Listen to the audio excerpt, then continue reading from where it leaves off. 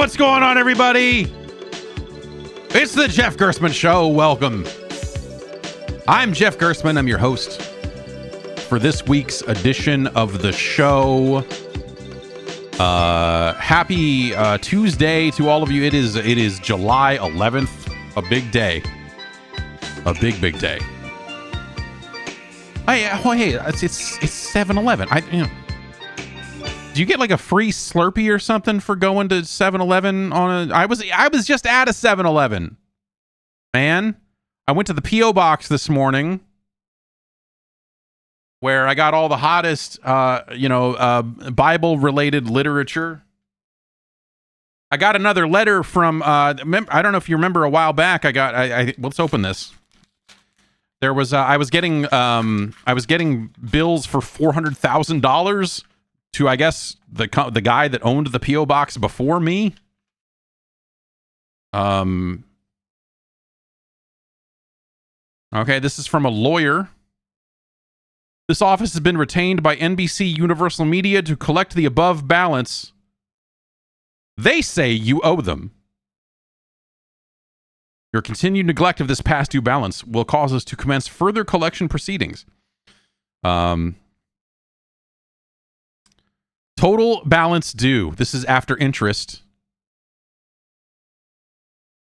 $535,697.36.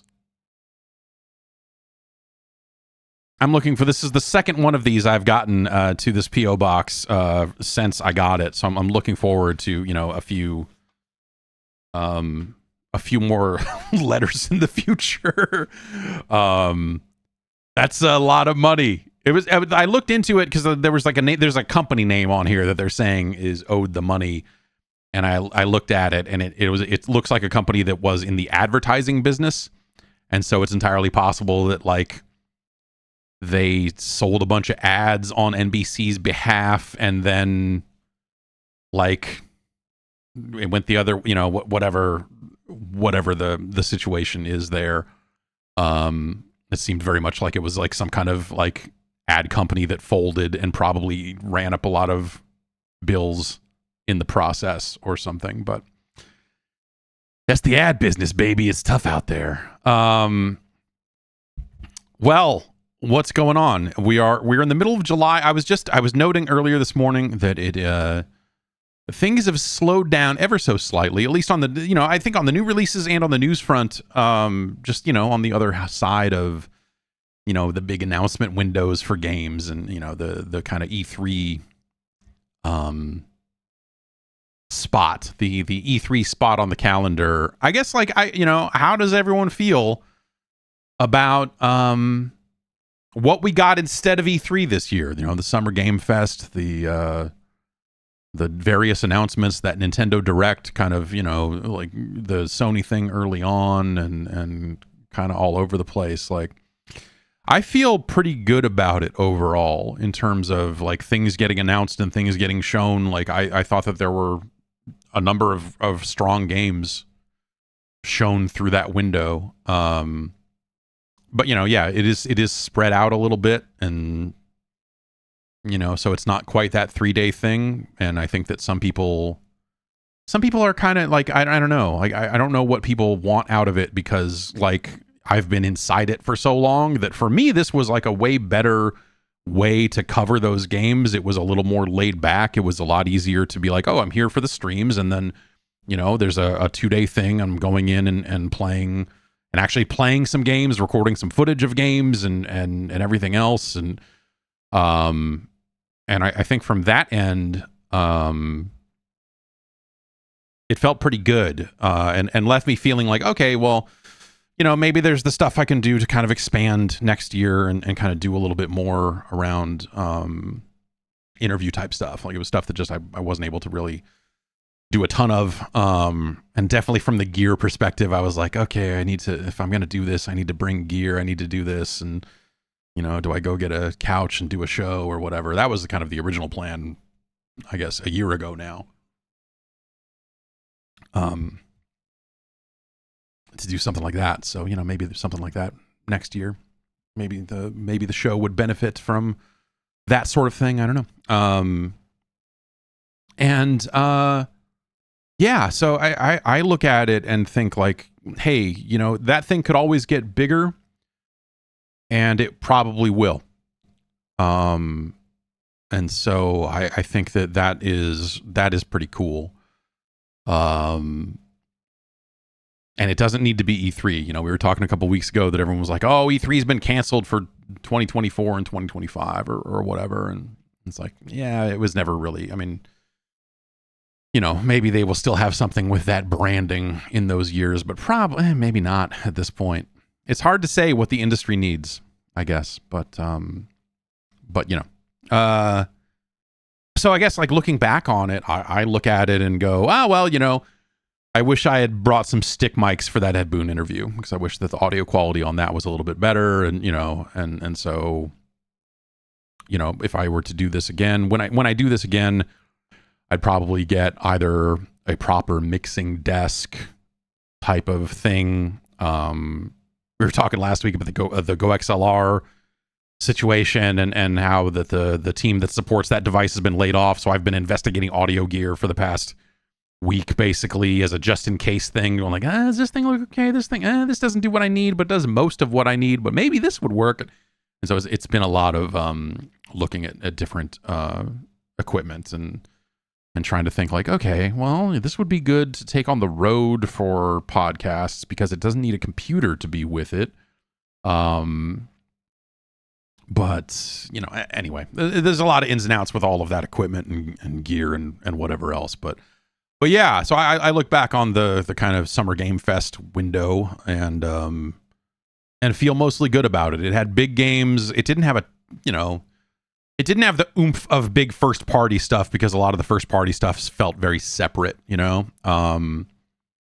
Also, I did not know that the Xbox thing was going to have playable games at it afterwards, which is an annoying thing for me because I live just far enough away that it's hard to like be here to do that live stream and then drive in to play games and then, you know, like that bit of it. So then you start to walk into like, okay, well, you know, you go get a space and you fill the space and you do things there and blah, blah, blah.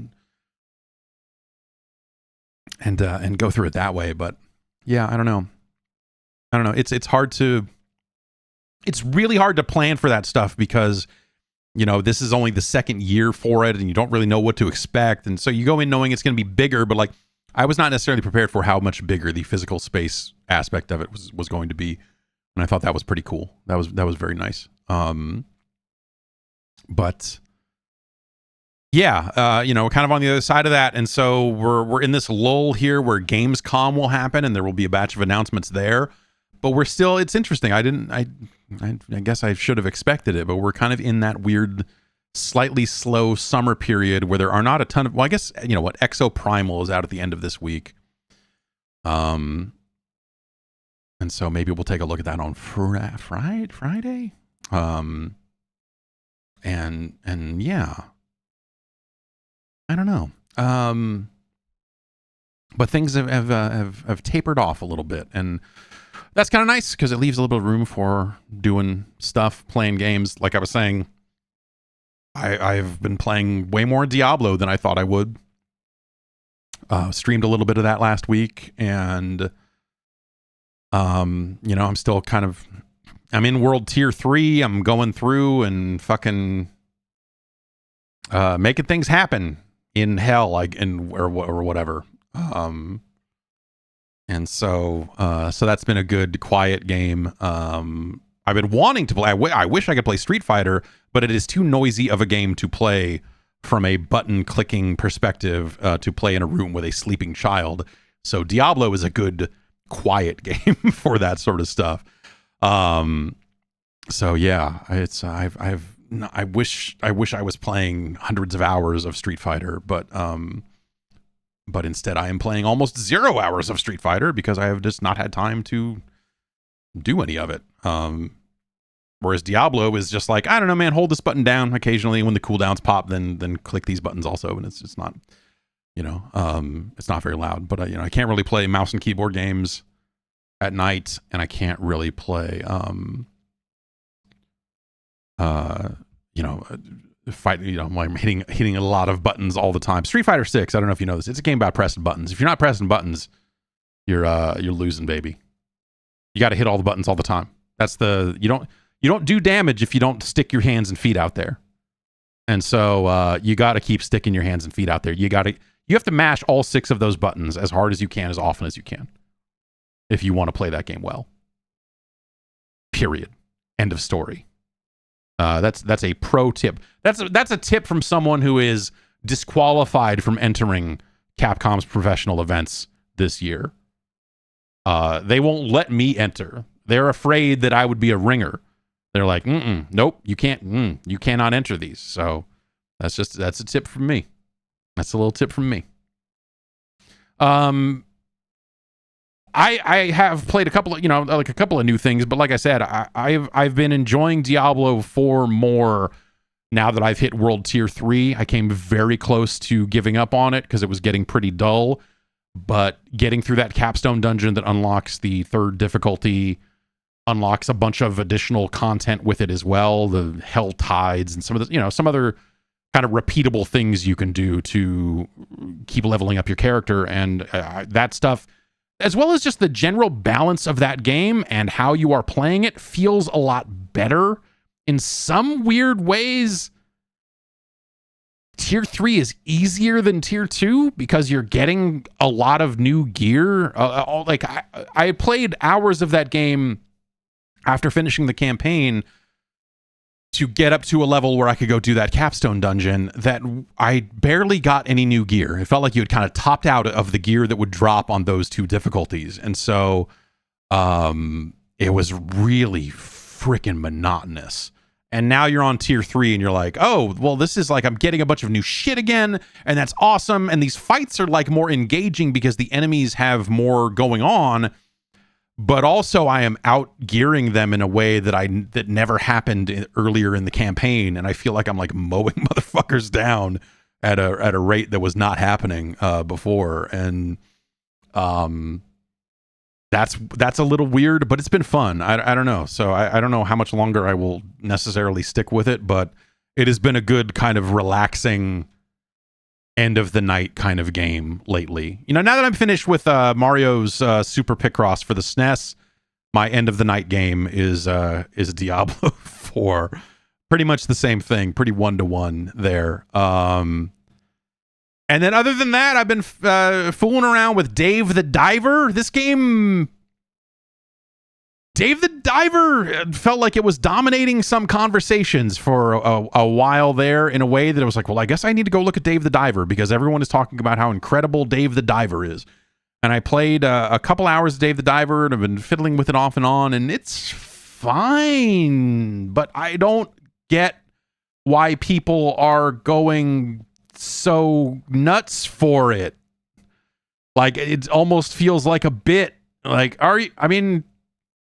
it's okay, but it is good, but like people are raving about it like this is an amazing video, and I'm like, okay, why? Yeah, all right. So if you haven't seen it, Dave the Diver kind of mostly takes place in 2 phases where you are splitting your time between diving and serving sushi. The diving portion of the game is like very slightly run based in that the sea itself will kind of change over time. Run to run, the layout of the ocean can change. And so you go down there and you have to do like basically harpoon fishing, and you get fish. You find a bunch of other stuff down there. Eventually, like it keeps layering on systems, which is like entertaining. It's like, okay, now I'm meeting the gun vendor, and he teaches me how to fucking have guns down there. And so then for the stronger fish, you are shooting them instead of spearing them, or shooting them and then spearing them, really. And you're finding evidence of an undersea civilization. And so you're finding artifacts. And so people keep coming to you and being like, why don't you do this? And so it kind of gives you additional quests to complete while you're down there. And while you're down there, of course, you are oxygen limited, and also you can't carry all that much. And so you get to a point where like, okay, I have to go back now because I can't carry anymore, and I need to go back. And then time passes. And so basically you get 2 dives a day. And then at the end of the day, you have to go work at a sushi restaurant and serve the fish that you captured. You set the menu. You can upgrade the dishes that you're feeding people, and there's a whole bunch of systems there. You're pouring tea. You're picking up dirty dishes like a restaurant game.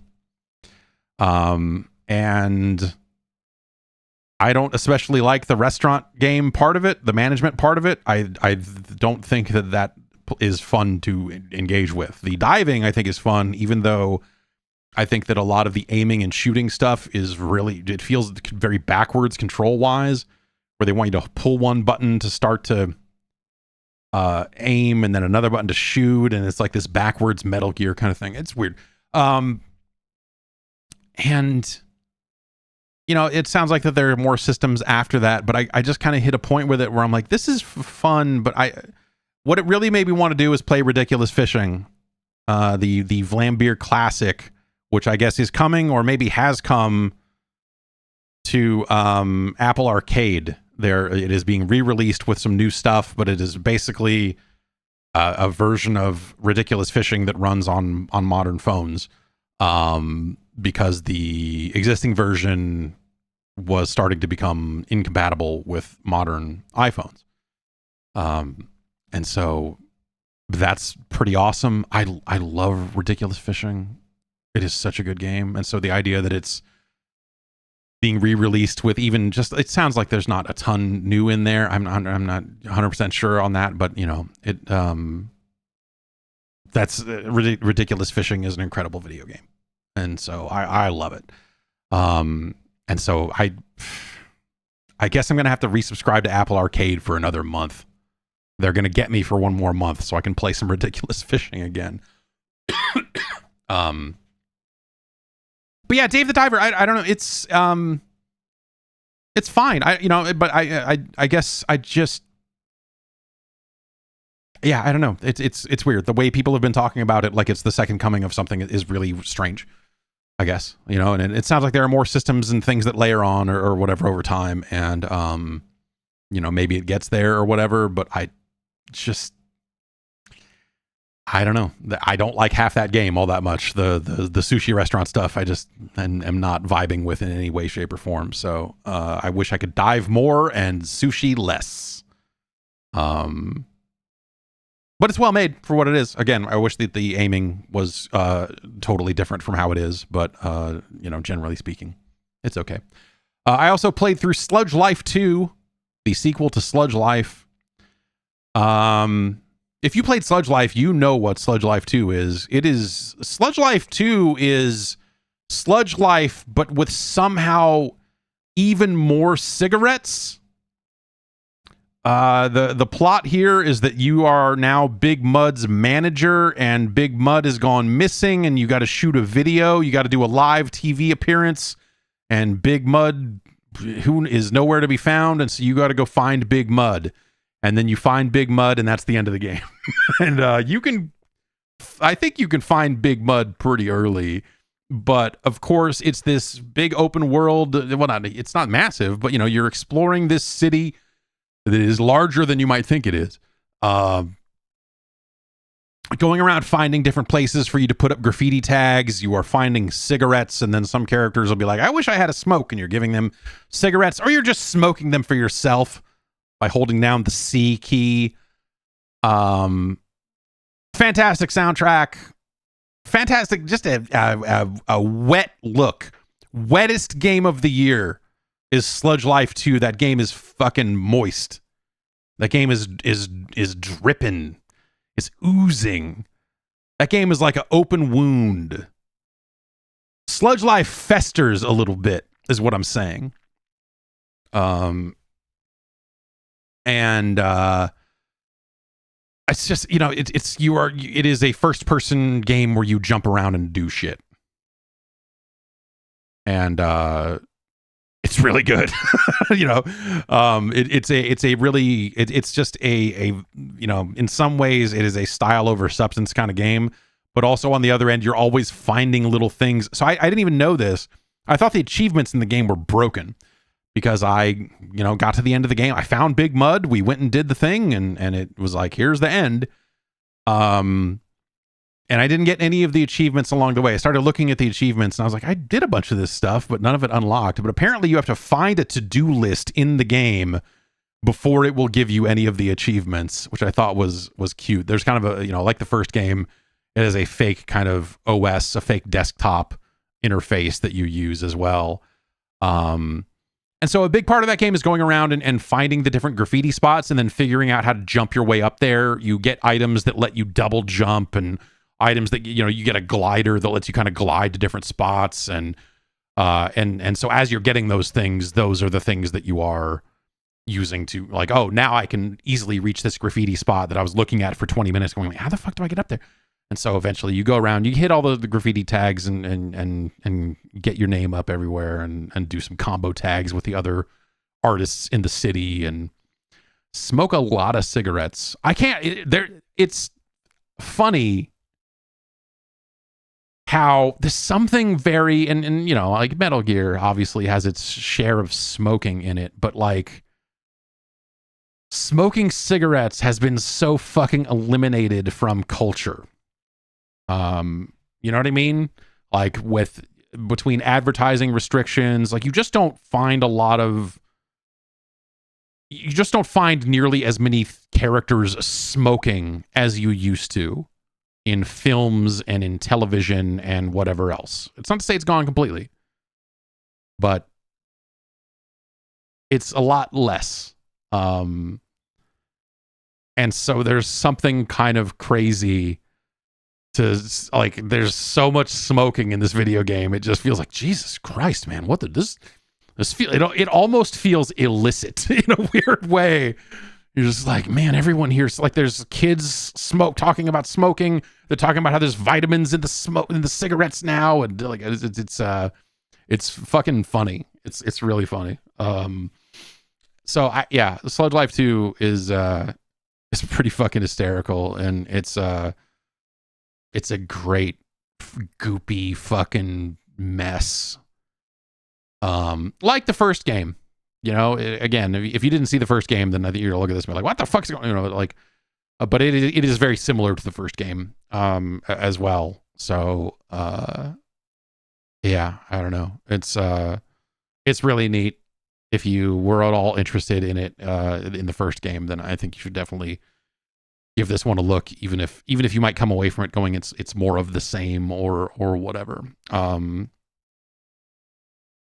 it's a good time, great soundtrack. And the soundtrack, of course they're selling the soundtrack on Steam and all that sort of stuff. If you want to listen to, if you just need to get your big mud on, you absolutely can.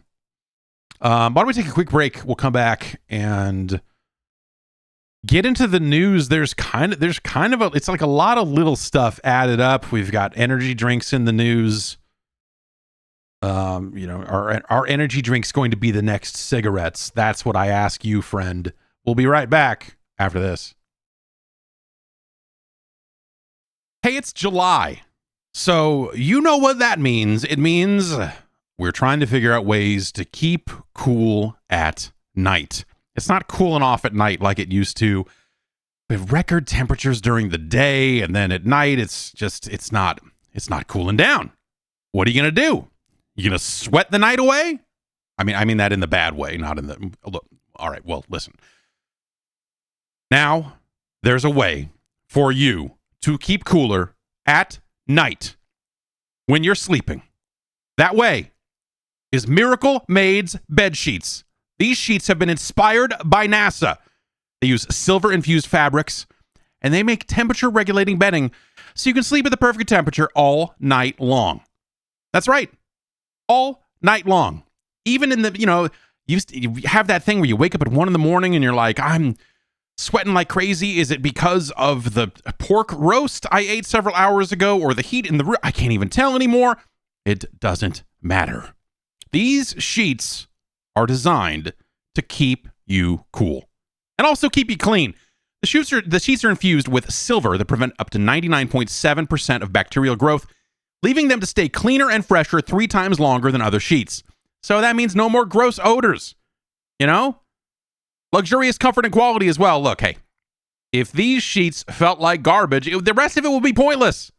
Miracle sheets are luxuriously comfortable without the high price tag of other luxury brands and feel as nice, if not nicer, than bed sheets used by some 5-star hotels. You know, so hey, keep clean, keep cool. Stop sleeping on bacteria. Bacteria can clog your pores. That can cause breakouts and acne. Sleep clean with Miracle. You want to get on board? Of course you do. Look, I mean, of course you do. Go to trymiracle.com/Jeff to try Miracle Made sheets today. And whether you're buying them for yourself or as a gift for a loved one, if you order today, you can save over 40%. And if you use the promo code Jeff at checkout, you'll get 3 free towels and save an extra 20%. Miracle is so confident in their product, it's backed with a 30-day money-back guarantee. So if you aren't 100% satisfied, you'll get a full refund. Upgrade your sleep with Miracle Made. Go to trymiracle.com/Jeff and use the code Jeff to claim your free 3-piece towel set and save over 40% off. Again, that's trymiracle.com/Jeff to treat yourself. And thanks to Miracle Made for sponsoring the episode.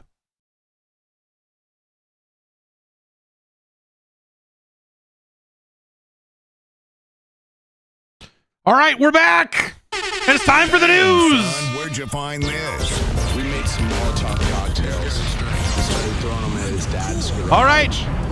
We didn't think anything was All gonna right. happen, but it did. It's time for the news. The Activision thing seems the Microsoft Activision thing suddenly seems like it's very much going to happen.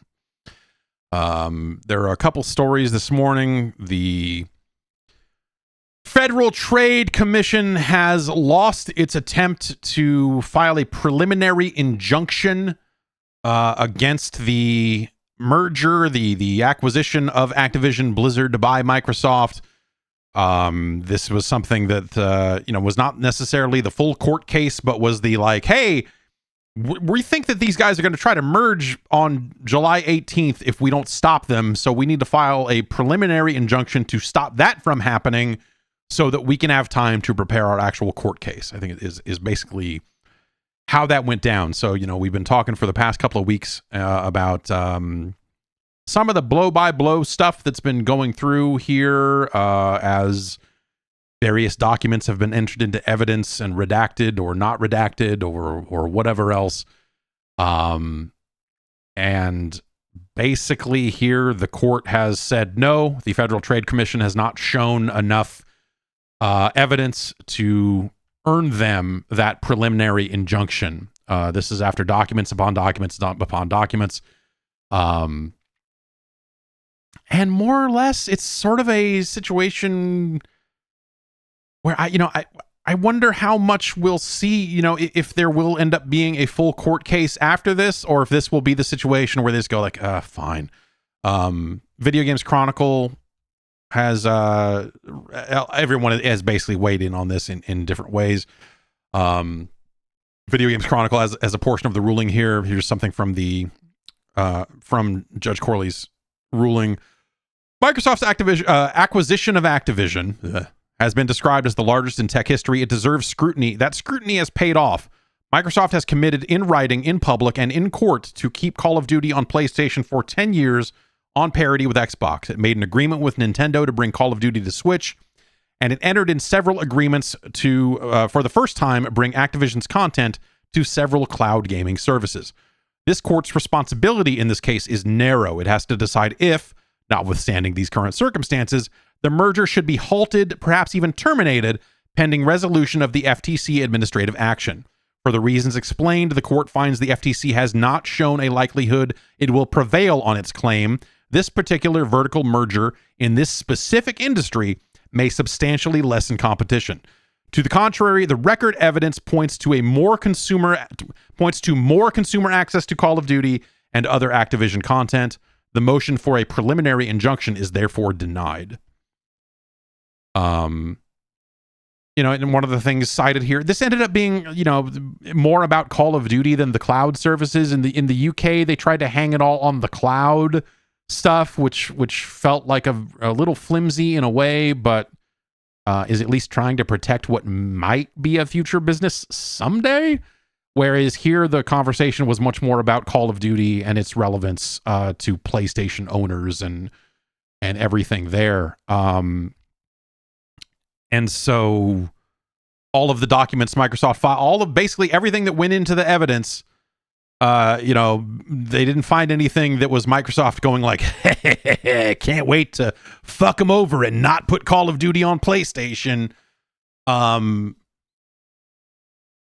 The 10-year thing, like, who knows where this industry will be at for 10 years, but I think what we're looking at right now is the thing that we've, I think everyone has been saying all along as they've been looking at this, is that Microsoft they would lose more money if they pulled Call of Duty from PlayStation than they would gain by making it exclusive.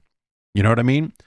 In a situation where you're like, oh, okay, hey, we're gonna pull this over and make it exclusive, and now everyone's just gonna buy an Xbox. Like, that it's not quite that cut and dried, right? So much like Minecraft, they make way more money putting that thing out in as many different places as possible. And I think Call of Duty is in that position as well, in a way that the Bethesda stuff certainly is not. Because we're talking about ongoing, constantly updated things. Obviously, the model is different. Minecraft is one product and Call of Duty is an annual thing. But the flow is still relatively the same, that these are more or less ongoing products, whereas Bethesda ships single player thing once every 7 years, and it's not really the same. You can't really compare those two things in a meaningful way. So I think in a situation where you've got something like Warzone that has become a free to play aspect of Call of Duty, you make your money in the free-to-play space. You need as wide a net as possible. Pulling it back and saying, no, now this is only available on Xbox, kills it. They're fucked. No one would care about Warzone at that point. As far as like esports, as far as, like the player base just would not exist the same way it does today. And I maybe over time people migrate to Xbox, but it doesn't happen overnight, and it doesn't happen at a fast enough rate that it replaces the amount of money that Microsoft would lose by pulling Call of Duty off of PlayStation. And I think that is something that is how things are now. You look at this 10-year agreement about like, oh, for the next 10 years, we're going to do this. Sure. But like, what the fuck does if in 2033, we are still worried about, Call of Duty because it is the biggest thing going in gaming, that's bad. Especially in a situation where you've now given Sony and Bungie and all the studios that Sony controls, and you've given them a decade to say, come up with something and make it exclusive to your platform and make it big. Bring back Killzone, come up with something new, whatever it is. Come up with something that is at least like relatively competitive in this space. In a situation where it would be even more competitive if Call of Duty did not exist on PlayStation. If they're really worried that in 10 years that game is going to go away, and in 10 years that game is still going to be so hyper relevant, man, the bummer thing is I probably would have said the same thing in 2013, right? What was the Call of Duty game in 2013? It was like Modern Warfare 3, wasn't it? Ghosts. Yeah, man. If you would yeah, so who the fuck knows, right? Because the year that Ghosts came out, if you had asked me to talk about Call of Duty in 10 years, I would have been like, Ghosts is fucking trash. This thing is done. Like, this thing doesn't have 5 years on it, let alone 10. And then, in 2019, they kind of found a way to bring it back. After years of it kind of shitting the bed a little bit. Not monetarily, I mean, those games still sold, but man, creatively, they really kind of scraped bottom there for a little bit. As much as I love Advanced Warfare, as much as that was one of my favorites, it's hard to go back to. It's a little hard to go back to now. Infinite Warfare, like, oh man, they had a rough go of it for a lot of years. So I'll say it here though, if we get to 2033 and the biggest gaming franchise in the world is still Call of Duty, I will be surprised.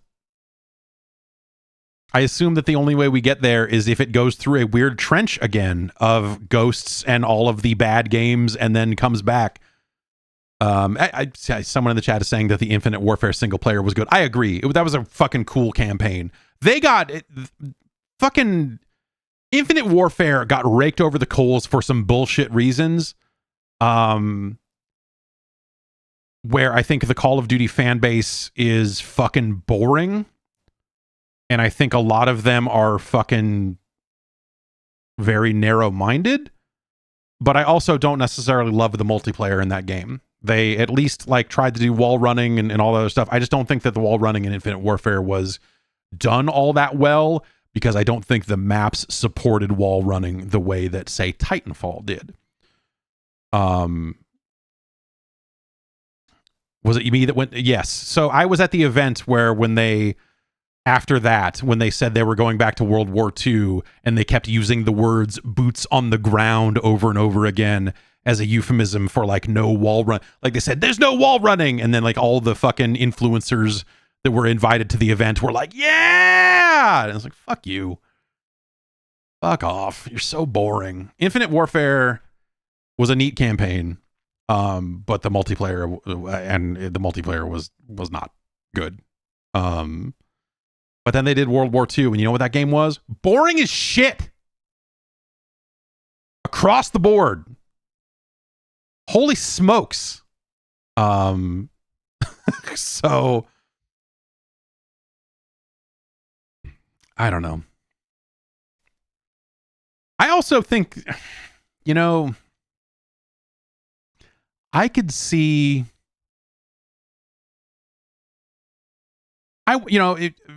Call of Duty in Microsoft's hands. Call of Activision in Microsoft's hands. I think Activision in Microsoft's hands is interesting for reasons that have nothing to do with any of the fucking games they're talking about. I look at it as like, okay, Microsoft is in a position where they need a wider portfolio. That's a big problem they have right now. They're not putting out enough games. And they're not putting out enough big games, like A games, B games, whatever, kind of like there's an undercurrent of games that they are certainly missing. And a number of like big franchises that I think that they could be better about. And so I look at this and think like, yeah, man, fucking this potentially, okay. Activision, fucking Bobby Kotick is, the Activision we think of today obviously is never going to fucking care about another Tony Hawk game, because they would have made one, because they made a critically acclaimed one and then bailed on it. They laid a new foundation for the Tony Hawk franchise to begin anew, and instead said, no, fuck that. We need those people to work on fucking Overwatch. No, whatever the fuck they worked on Diablo, right? They got sucked into some Blizzard hole, and the Call of Duty hole as well. But yeah, they worked on Diablo 4 a little bit, right? Or yes, the Diablo 2 remaster, I suppose. Whatever it was. But you had that situation where you're like, okay, like after they managed to erase the critical, the amazing, the astounding blemish that is Tony Hawk's Pro Skater 5. They managed to find a way to pull it all back together and be like, hey, here's Tony Hawk 1 and 2 in one package. It looks good. It feels fucking fantastic. Go. And then what? It seemed like it sold okay. It was an amazing product. It came out at a great price. Nothing bad to say about it, other than there's like little nitpicky things, like, oh, well, it's missing this, or it doesn't have this song on the soundtrack, or like little bits and pieces here and there. But it was incredible, and it could have been a launching point for more of those. That seems like a project that would have been not the biggest budget project in the world, but also was able to make its money back and then some in a way that like other companies would care about. But Activision, because they have to fucking care about Call of Duty first and foremost, and they also have to, whatever the fuck is happening in Blizzard and everything else, that they have to fucking pull all of this shit and go like, okay, well, that's neat that we did that. Let's never do another one. Microsoft, I don't think can afford to fucking throw that shit away. And I don't know that this means, like let's say this deal closes. I don't think they go and fucking announce Tony Hawk 3+4 the next day or whatever. But I think that the Xbox Game Studios is a much friendlier place for those sorts of pitches than Activision has been for a long, long time. So I look at that stuff. When I think about this and go like, actually, maybe this is good for games overall, that's the stuff I think about. A situation where, and this game comes up way more than it deserves to. It's also become, but I'll say the word singularity again. Singularity, and again, I'm not talking about Singularity as like, they need to bring Singularity back. There needs to be a sequel to Singularity. Singularity was a great example of a good first-person game, a good, a solid first-person experience, a good single-player campaign focused around a cool concept. B game across the board, came and went. You don't need a ton of them. They could have made another one. It would have been cool to see another one. But again, in the Activision ecosystem, you look at like the opportunity cost of like devoting a bunch of people to Singularity 2 versus like, what if instead you made maps for Call of Duty and kept these monthly active users up here instead of down, like whatever it is. Like they look at those things and go, okay, well, clearly the business, the business dictates that we're never going to make another Singularity, and you guys are never going to make another original game again. In fact, you've got to go over here. In an ecosystem where Microsoft is a hardware manufacturer, and so they need to provide an outsized level of support for their platform.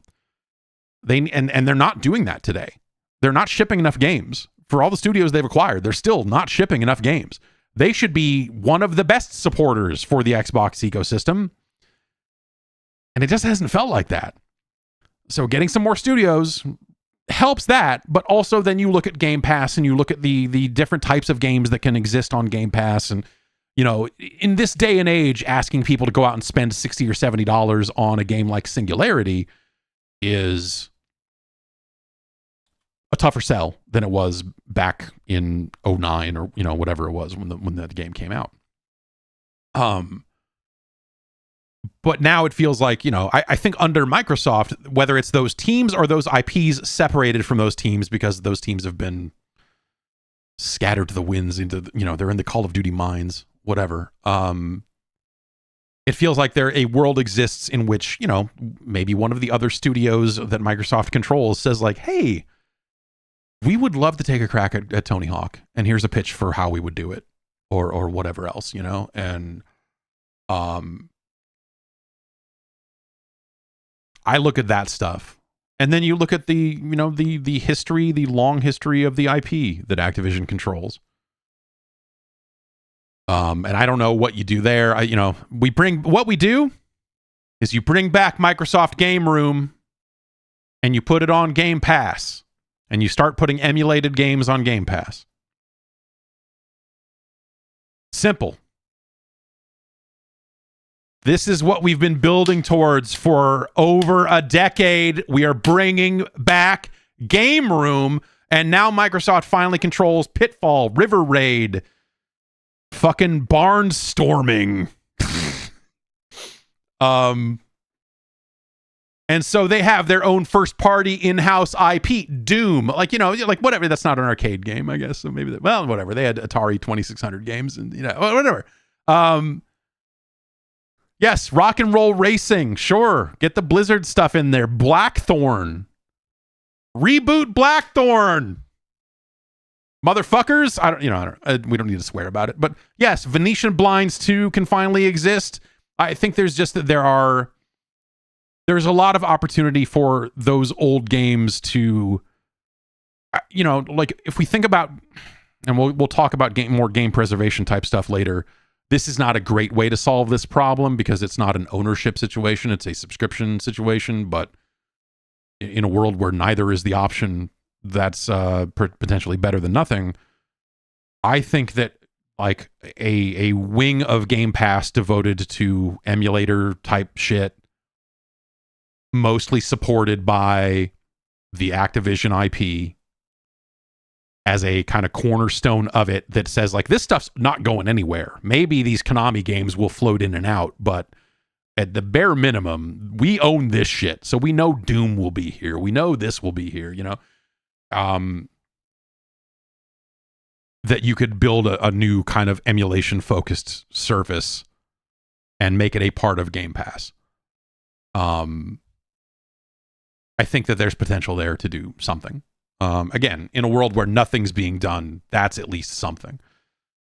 And so I don't know. I think that there's aspects of this acquisition that are exciting from those sorts of perspectives, right? When you think about like just the decades and decades of intellectual property that Activision has been sitting on and doing jack fuck with, and there's zero faith that they will ever do anything with it ever again. This feels like a situation where maybe some of those things could happen. And that's how you get Phil Spencer wearing a Hexen shirt or whatever. Because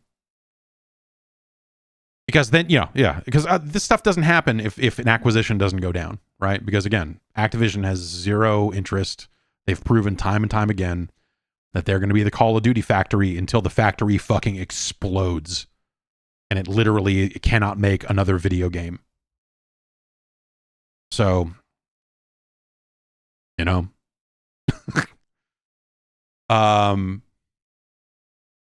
see.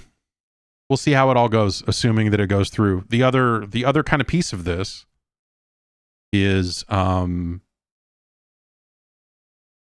interesting kind of knock-on development here. Over in the UK, the Competition and Markets Authority had basically blocked the deal. They were the one stick out saying like, nope, absolutely not. And there was an appeal process happening, but it sounds like that appeal process never really happens in an amazing way. And so like it was sort of a big blocker. So there's been a lot of conversation then about like, okay, well,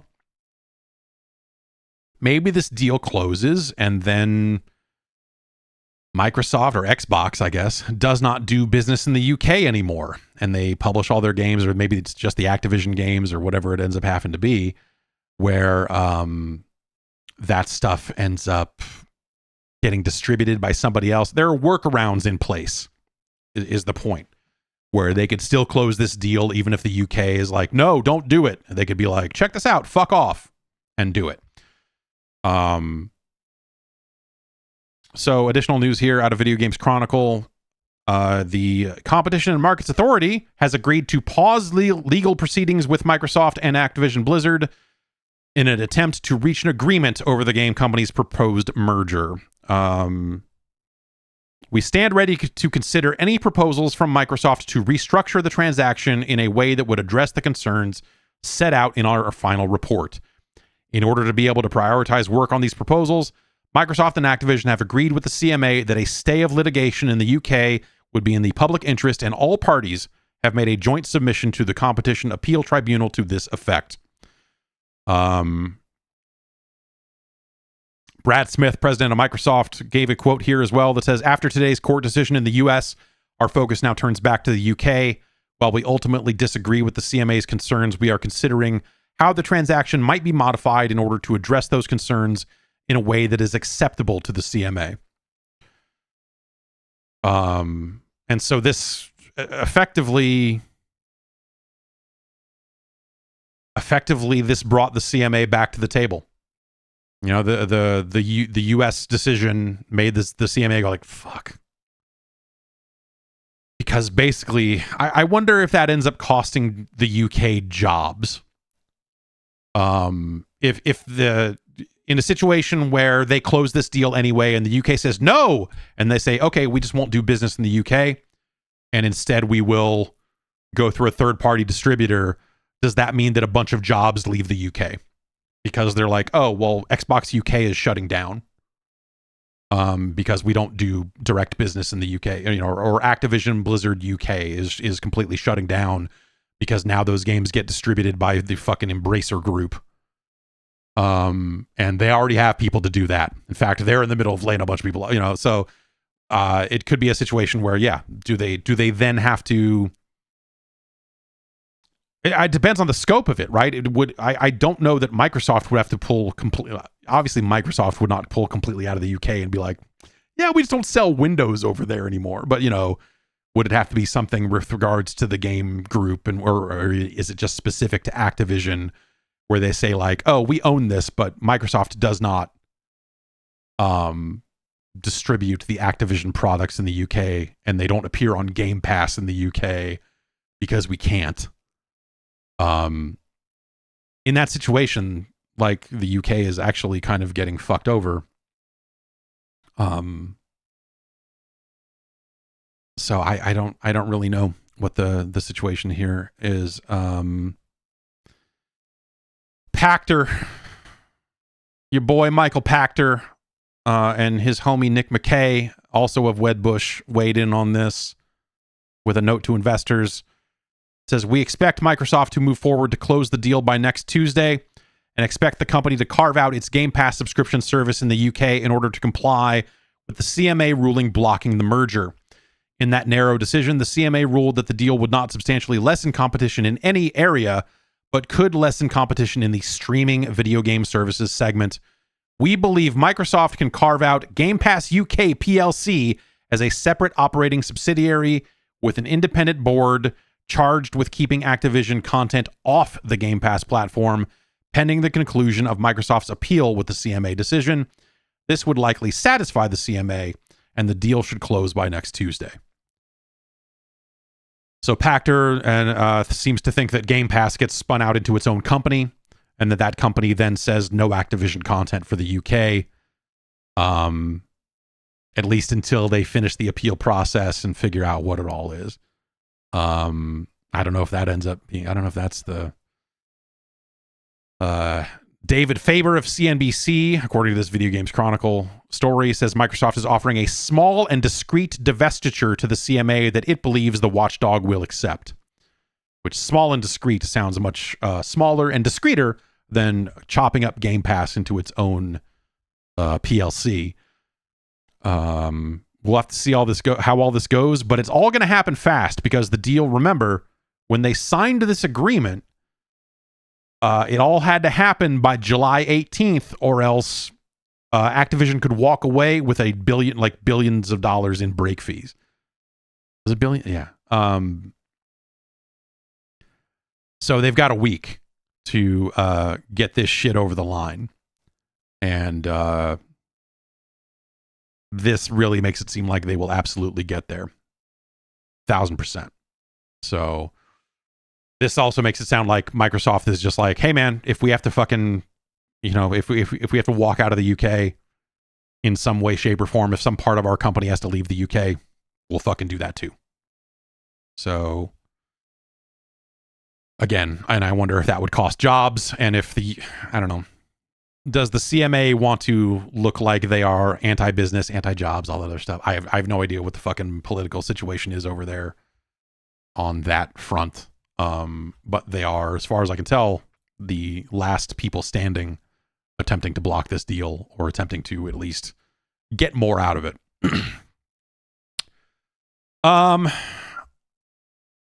Again, Stephen Totillo has been really good about covering this on Twitter. He is at Axios, though he's been posting a lot more blow-by-blow stuff on Axios. Axios is really big on bullet points.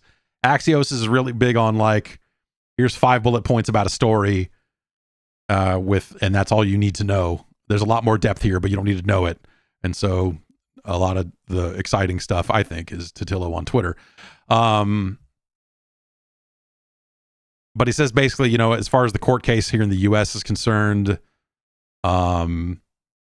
There had been a lot of discussion during the hearings about the Switch and if it was part of the market that would be impacted. The court feels that the Switch is part of it, but said that the FTC had met the burden based on internal docs to show that the Switch was not in the high-end console market relevant to merger. It's one of the weird kind of side conversations that happened through this court ruling was a fucking insane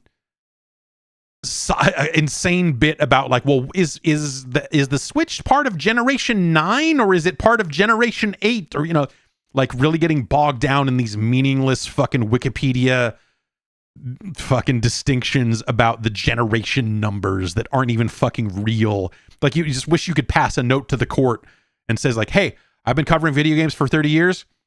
What you were arguing about is fucking total bullshit. Just fucking don't even, it doesn't matter. If it's Gen 8 or Gen 9 or, you know, like, oh my God, just fucking bizarre. And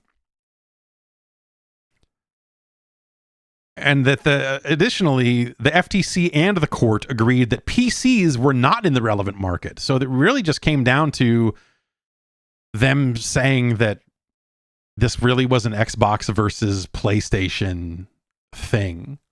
And whether the Switch was involved or not is really kind of incidental. I don't know. I would say that the PC is more of a, because the PC can traffic in that high end space. It seems to fit more, but whatever. PC is obviously just a whole different thing. There's a quote here about Call of Duty. It says, despite extensive discovery, including nearly 1 million documents and 30 depositions, the FTC has not identified a single document which contradicts Microsoft's publicly shared commitment to make Call of Duty available on PlayStation. And so there's consistent testimony there. No example of Microsoft pulling a popular multiplayer game from other platforms. The Bethesda cases were all single player. Regarding the FTC's argument that Microsoft's Call of Duty promises aren't good enough, particularly Microsoft's Call of Duty offer to Sony, the judge says, the FTC's heavy reliance on PlayStation chief Jim Ryan's testimony is unpersuasive. Yeah, so it sounds like, you know, just leaning on Jim Ryan going like, it'll be bad over and over again did not work. There's a highlighted bit here from the testimony that Totillo called out. It says, Sony opposes the merger. Its opposition is understandable. Before the merger, Sony paid Activision for exclusive marketing rights that allowed Sony to market Call of Duty on PlayStation, but restricted Xbox's ability to do the same. After the merger, the combined firm presumably will not agree to such restrictions. Before the merger, a consumer wanting to play a Call of Duty console game had to buy a PlayStation or an Xbox. After the merger, consumers can utilize the cloud to play on their device of choice, including, it is intended, on the Nintendo Switch. Perhaps bad for Sony, but good for Call of Duty gamers and future gamers. So, you know, that's the sort of, I think the difference between some of the UK stuff and the US stuff is that the judge here, and this, you saw this across the board, where the judge was not necessarily, well-versed in video gaming, but seemed to really be striving to really understand it in a way that is, I don't know, came off as like slightly admirable. I think we're so used to politicians and judges and legislators knowing jack shit about video games and just like coming in and going like, this is for kids. What is this? And really treating games like shit. The judge in this case didn't really seem like she was doing that. And that was nice. I don't know. That's like, I guess that's a sign of the times thing that, you know, obviously gaming has been around forever. And this judge has probably grown up alongside. I don't know how old Judge Corley is, but, you know, the games have been around for a long time. And she took the job seriously and all of that sort of stuff. And that's the impression I got from following this stuff. And that's nice. She seemed to focus on the actual argument about like, tell me the numbers. What about the people? Whereas in the UK, it felt like the UK bought Sony's argument rather than like looking at consumers. And in the end kind of went like, oh, well, cloud gaming, that'll be bad for people, right? That's something we can say that doesn't look like it's just Sony's stuff. I don't know. Weird, but we'll see. Like I said, this deal seems like over the next 7 days here, we're going to see this shit just happen. And I doubt that there will be any immediate effect, especially if there's still stuff in the UK that has to be sorted out. I'm guessing that it takes time. How long did it take? Because it took a while for Bethesda games to appear on Game Pass, right? Like that was not some immediate change. It wasn't like day one, but it was pretty fucking fast. But yeah, I wonder if we do end up seeing, and I wonder if Call of Duty ends up being the last one on the service because that's the one that has the most weird shit around it. Maybe you see a situation where literally they go back to some of that backwards compatible 360 stuff and go like, oh, okay, we're putting, I don't know if Singularity is backwards compatible or not. Just to keep saying the word Singularity on a fucking video game show. Singularity is good. It doesn't deserve, we talk about it too much. It's my fault. I'm the one that keeps bringing it up. But it is one of those games that felt like one of the last things under the wire before everyone fell into the Call of Duty hole, I suppose. So, maybe they do one special final, extra double final fucking backwards compatibility list update, even though they said they're never going to do it, and they throw some of those 360 games on there. But also, maybe we see stuff like Tony Hawk. I'm trying to think more modern Activision stuff that is not Call of Duty.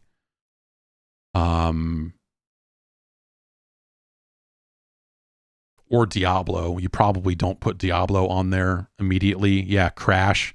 Maybe that Crash game that just came out. Maybe they put that on there, huh?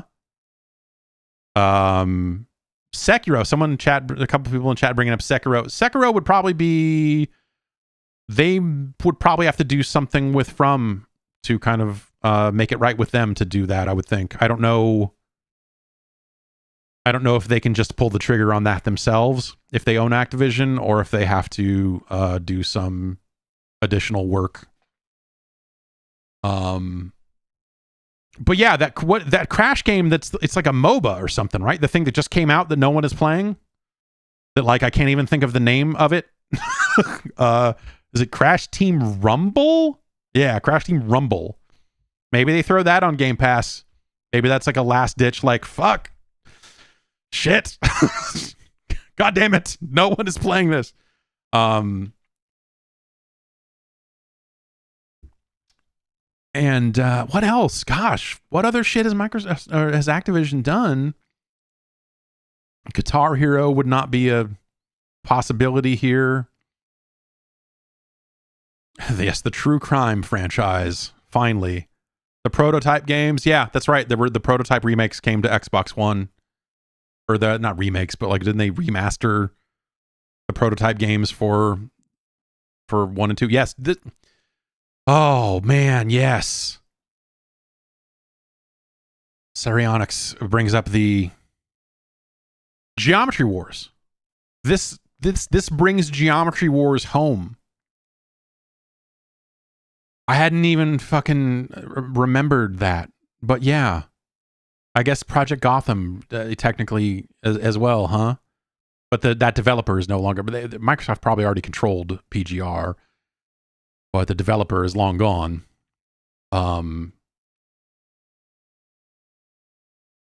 This sets up a situation. I mean, I think if you're Microsoft and you're in this like kind of weird, they're still in this weird brand building phase of like their shit is broken. The Xbox One did a number on them. They need to have some feel good moments as well as some big hits. Geometry Wars is not necessarily a game that moves a ton of units, but goddamn, if they said, hey, Geometry Wars is back and we're making a new one and we've got Stephen Cakebread in here and we're doing, blah, blah, blah. That's a feel-good story that I think people would be excited about. I would be excited about it. But again, Activision would never have the incentive to do it. But Microsoft probably has a lot more incentive to do it.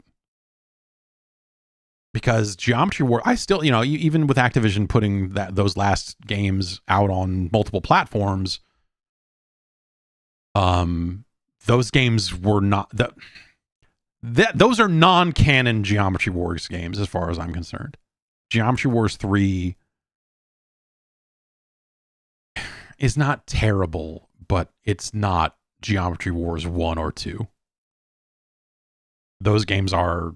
I would still rather play either one of those games than Geometry Wars 3.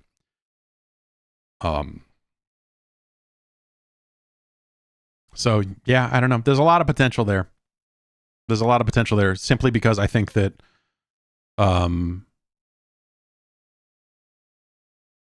Microsoft is just better incentivized to do more with more parts of Activision, especially with the amount of money they're paying for it. They're like, fuck, man, anything we can do to try to start and make some fucking money back off this deal. I don't care how small. Yeah, you want to make a new Geometry Wars? Let's fucking do it. Let's you have a fucking brilliant idea for a new Pitfall game? Let's fucking figure it out. I would love to see them make a new Pitfall game. But also every Pitfall game past Pitfall 2 is bad. So I don't know. Anyway, we'll see how this all goes. It's it is also still an acquisition and merger and all that stuff is fucking icky, but also Activision has been more than icky for kind of a while now. So I don't know where that nets out on your fucking morality compass, but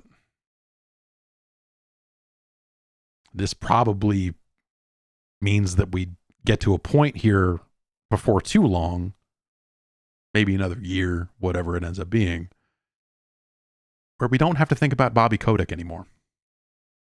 He can just go somewhere else and be the guy from Moneyball.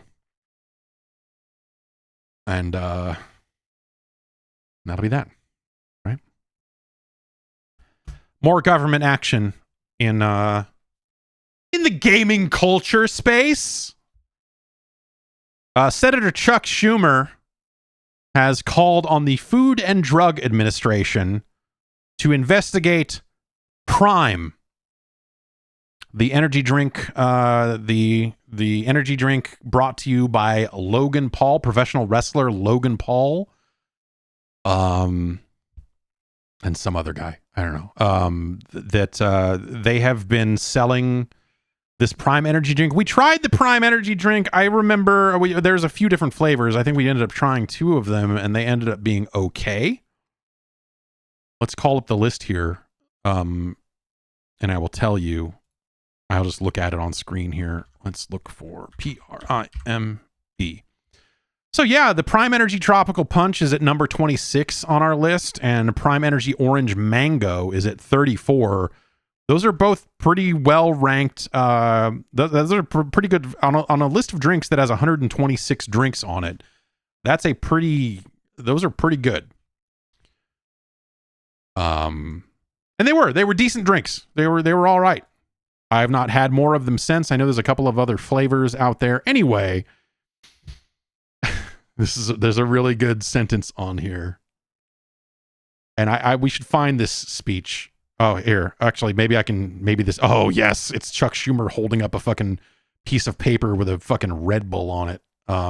Yesterday afternoon, and to think this is USA Today has a video package on this. These homes were intact. No, I'm sorry. It has already rolled on to the next story. This is about luxury homes getting destroyed. Okay. Let's see if we can play this audio. One of the summer's hottest status symbols for kids is not an outfit, it's not a toy, it's a beverage. But buyer and parents beware, because it's a serious health concern for the kids it so feverishly targets. And the problem here is that the product has so much caffeine in it that it puts Red Bull to shame.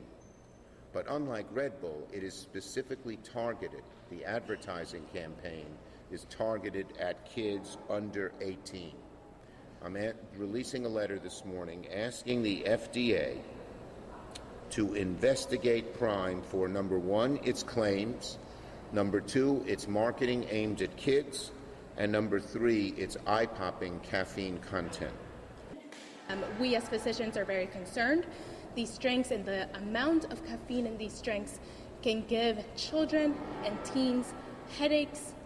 It can give them jitters, nervousness. It can interfere with the sleep cycle, which is so important to the developing brain.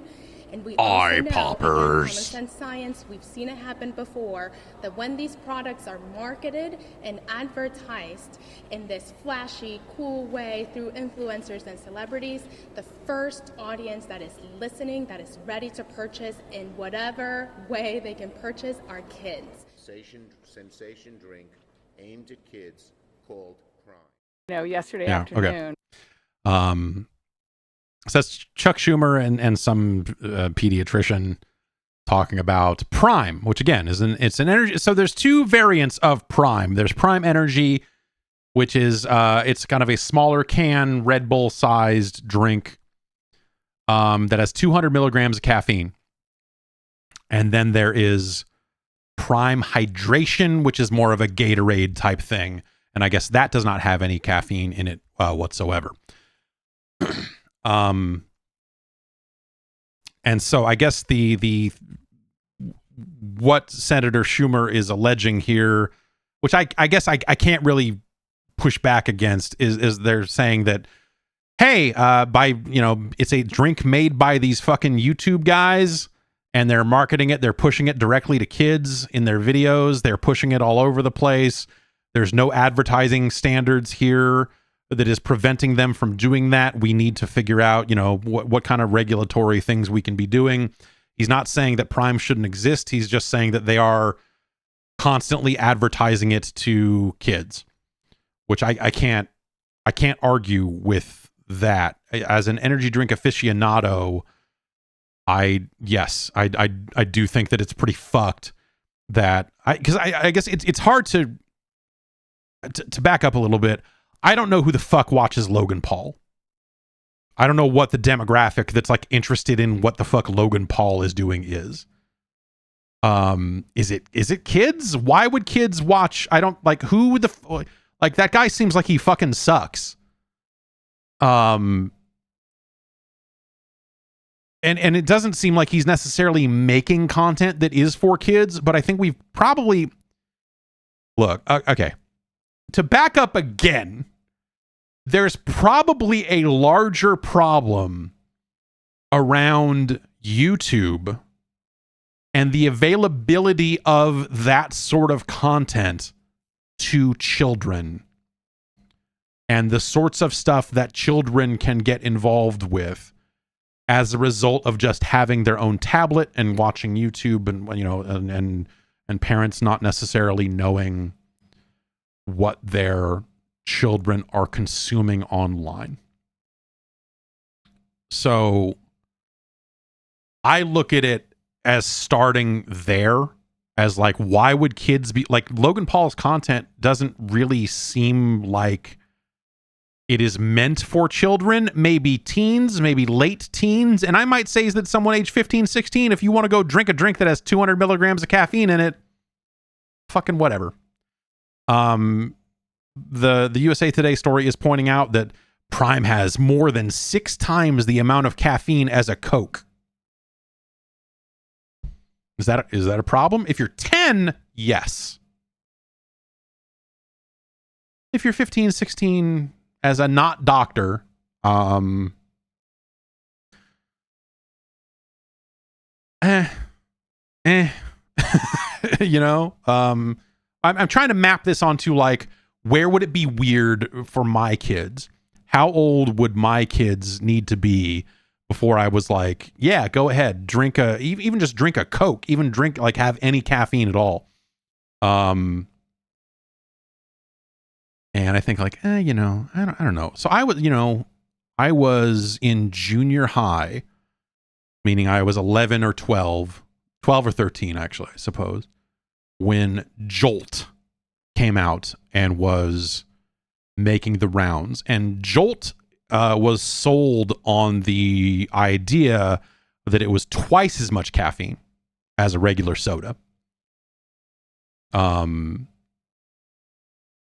But that didn't stop me from drinking 3 or 4 of them in one go. Like, not every day, but like, so I had a friend, we would get together on the weekends, we would rent movies and games, and we would get like a lot of soda, and we would, he'd spend the night at my place, vice versa, whatever, and we would play games and drink fucking sodas.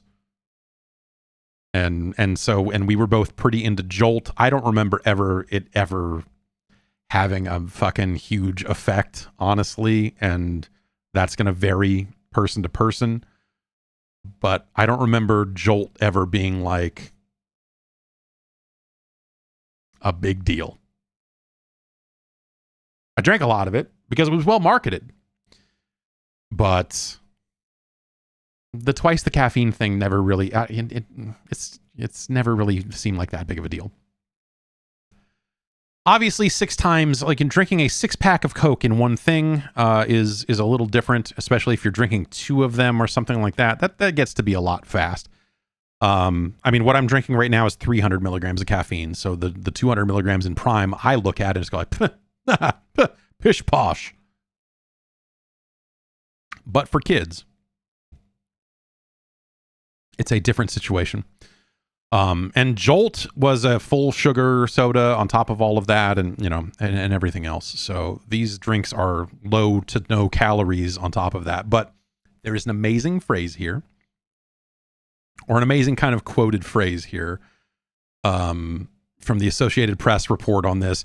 Schumer alleges that unclear marketing targeting young kids leads parents to purchase a, quote, cauldron of caffeine. Hang on. Cauldron. No. No, there we go. Cauldron of caffeine.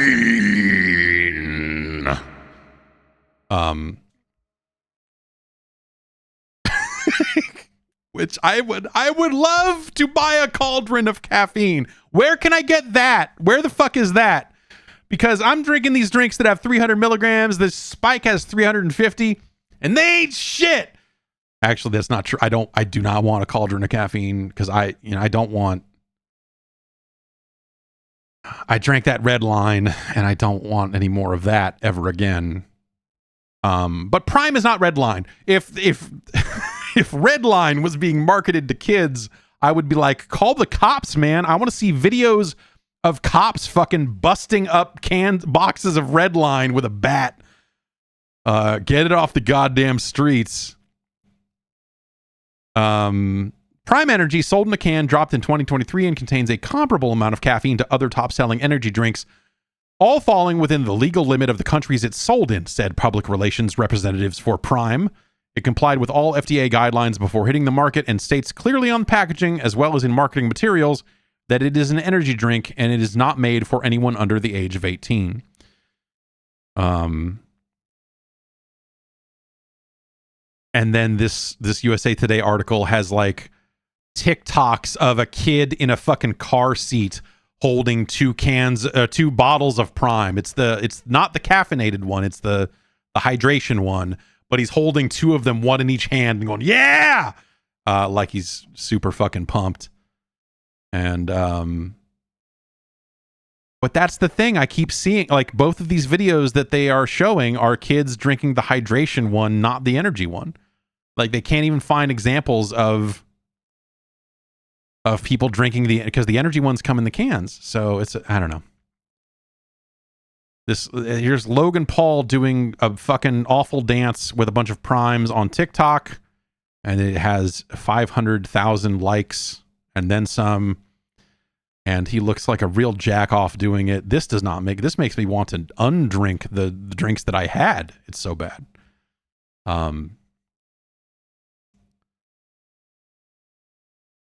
But yeah, I can't fully refute what Schumer is saying here insofar as I think that all of this stuff should be clearly labeled and parents should know exactly what they're getting. And the other thing I guess I would say is I think a lot of parents are fucking dumb and their kids just ask for stuff and they just go, here you go. because I think if you were a sane parent, you would not buy an energy drink for your 10-year-old. Period. Especially if there was an alternative that did not have caffeine in it, that was the one that they're actually promoting. Like if you look at him dancing, it's not the energy drink that he's dancing with, it's the fucking shitty fake Gatorade. So yes, people in the chat saying lots of parents buying their kids Starbucks coffee. Yeah, I'm fucking so against that, man. I don't know. So I probably am on the far side of the scale on this one, where I used to see kids when I was in high school. I would see kids drinking coffee, and I would go, "What the fuck?" Like it really. It just seemed fucking wrong to me. Like more wrong than kids sneaking out. Like there was a girl who had to leave school with alcohol poisoning because she took a water bottle at lunch and filled it back up with vodka. And I was like, that's terrible, but I get it. But like kids drinking coffee, even teens, seems so fucking wrong to me. And it's specifically coffee. Like drinking a Coke or a Pepsi or, like whatever.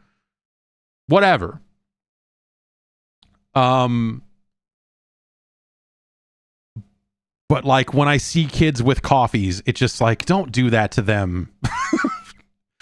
Don't get them into this bullshit.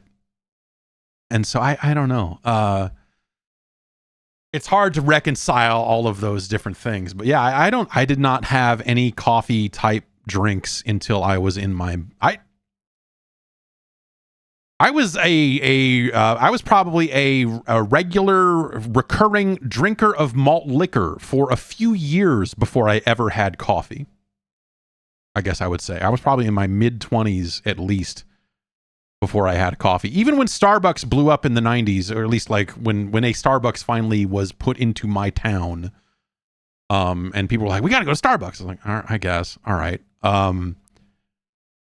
I was getting drinks that didn't have coffee in them. I was getting fucking, whatever, the milkshake, the Frappuccino things. And I still don't really like coffee, but anyway, I think this is the sort of stuff that I look at and go like, yeah, there probably needs to be some kind of regulation on the advertising and marketing of this stuff. But I also think this is a weird one to focus on, because I think that people need to be, and I mean parents, but also potentially regulatory bodies need to be looking at influencers and the way things get marketed to kids or anyone really in this day and age, because I think the law is behind the technology in a zillion different places, right? And so stuff that like, obviously you can't, we were talking about cigarettes earlier, and the way you cannot market cigarettes the same way you used to decades ago. Where is Joe Camel now? And that, the stuff that's happening on YouTube and whatever else, I think just kind of doesn't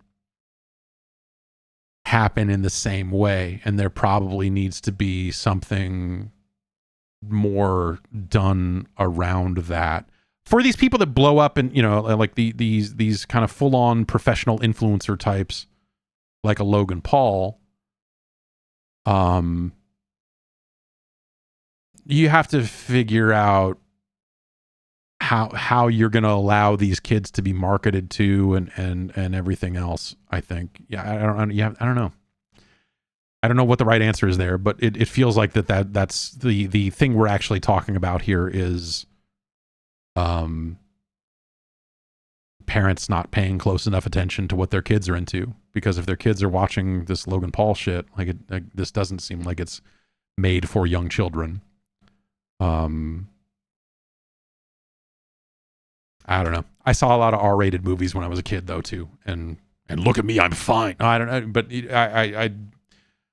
it's I don't know. There was a regulatory body involved with movies though, and YouTube stuff is just kind of out there. So I don't know. I'll be interested to see what happens here.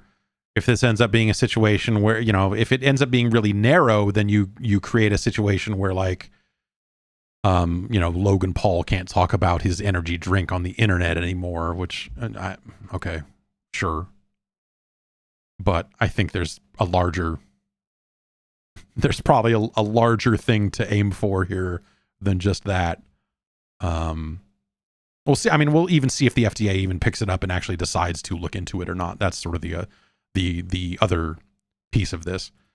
In other news, EA has confirmed the existence of a new studio called Cliffhanger Games. And that studio is working on a Black Panther game. That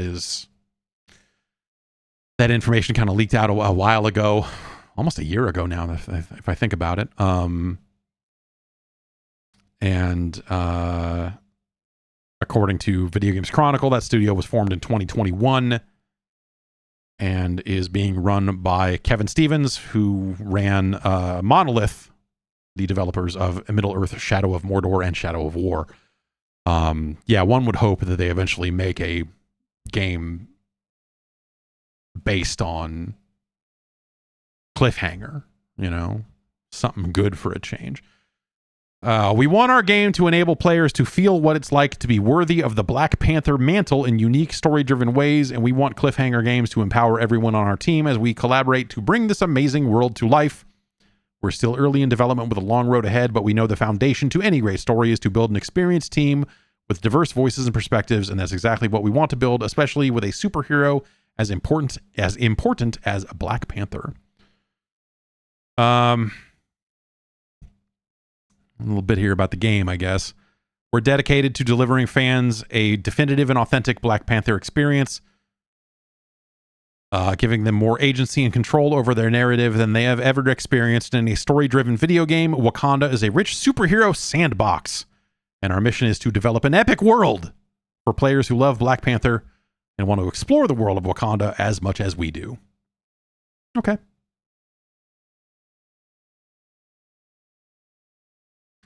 Yeah, a game about the other Black Panthers would be pretty interesting. In other EA news, UFC 5 has been announced, and they will, I guess, reveal it fully in September. They put that up on Twitter. They put out a logo that says, "Hey man, UFC 5."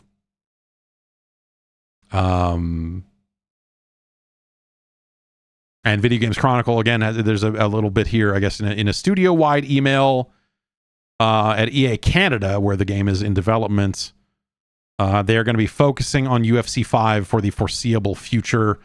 We're very excited about UFC 5, and we want to eliminate the split focus that several members of our leadership team have had over the past while, so we can focus solely on delivering migration and UFC 5 at high quality. I suppose this is because that studio was also apparently working on a Fight Night game, but UFC has won out, and that Fight Night is basically either on hold or dead. I don't know which, but they are no longer working on Fight Night because they are focused on getting UFC out the door. Which probably makes sense. Again, boxing.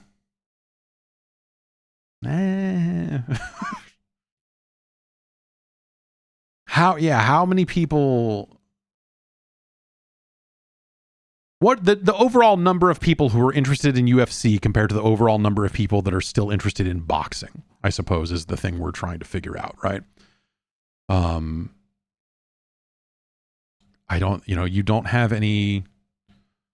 Yeah, 3 in the chat says name more than 3 boxers. Muhammad Ali, Larry Spinks, Mike Tyson, George Foreman, the grill, and these guys, Jake Paul.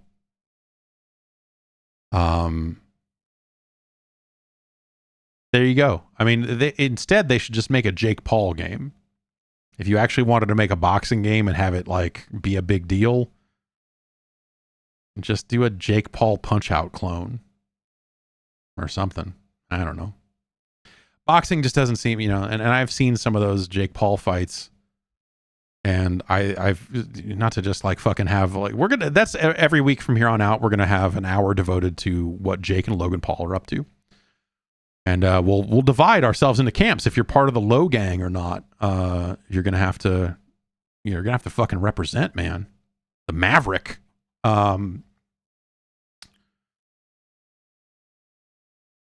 I went from wanting Jake Paul wanted to see Jake Paul get the shit beat out of him to actually now I just want to see him beat the shit out of everyone and become the world's best boxer. Because I think that would be way funnier. If he just became the world's only known boxer and he boxes all these other guys, but no one fucking gives a shit. No one tunes in to go like, who's this guy? He was go like, here's another fucking guy that Jake Paul's gonna beat. I don't know, but he did finally lose. But yeah, I don't know.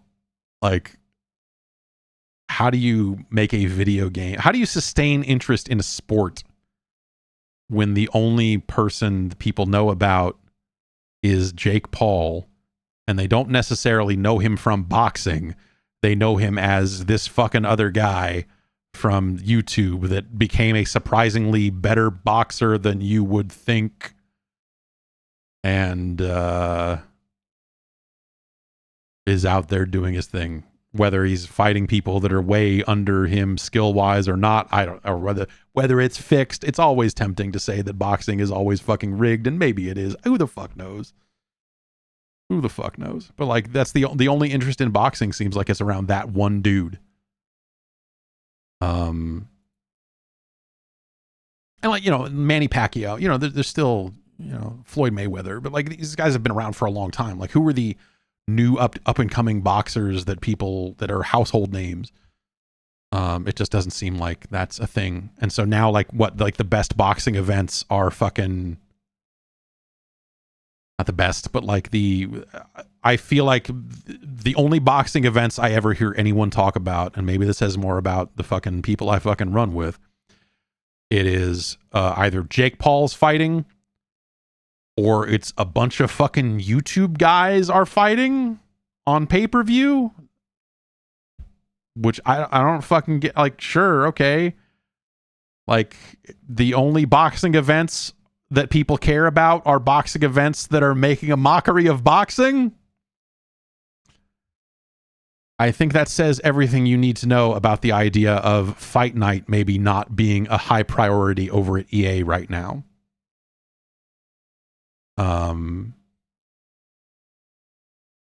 So, who the fuck knows? But yes, UFC 5 will happen. EA's UFC games are certainly not bad, but they don't make them annually, which is smart, but I also feel like when UFC 4 came out, I played it and I was like, maybe this still somehow came out too soon, because I don't know that I needed a UFC 4 at that point, but I guess I'm not that into UFC either. So, obviously UFC is still vastly, widely popular with some folks, and I'm sure that they care all about that stuff. When UFC was coming out on the Dreamcast, those were awesome games when Anchor was making them, and they were like vaguely Tekken-esque, but with a cool ground game. Oh, that fucking game was great. That Pride game that came out, that was basically the same engine. Those were fucking cool games. Those early UFC games were really neat.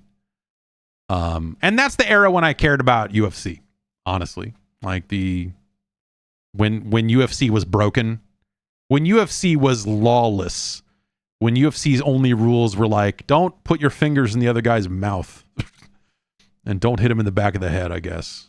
But also, we're going to put small dudes versus big dudes, and chemo's going to kill everybody. And there was just, I don't know. Let's go watch Tank Abbott get fucked up. Let's go watch a bunch of guys that fucking look like they belong in a bar fight. Fighting each other like that. That was exciting. And then when they suddenly had weight classes and rules and they were like, we're going to make it so only one person fight. You don't have to fight 3 times a night anymore. I'm like, well, okay. I want to see Sakuraba fucking do some ill shit and fuck up a guy 3 times his size. That's what I want to see.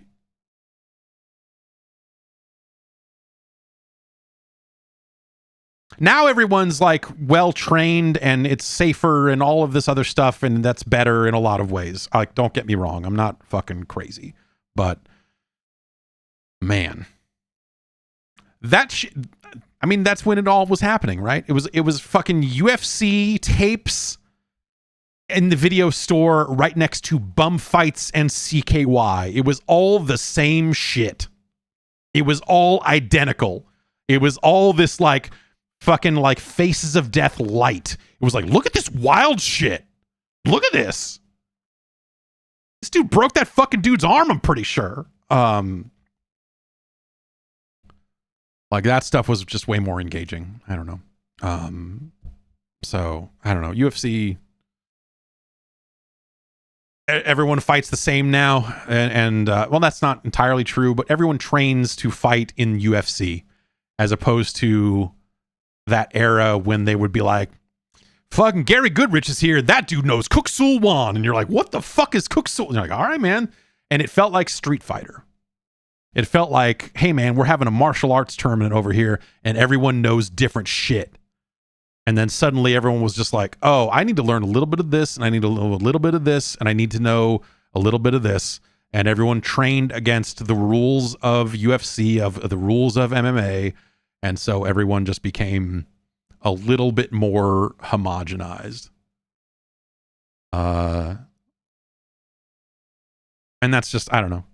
It's less interesting to me than just like the, hey, here's one guy who is like a Brazilian jiu-jitsu master and he's going to fucking break everyone, and you're going to watch it and go like, holy shit, that guy fucked everybody up. Yes.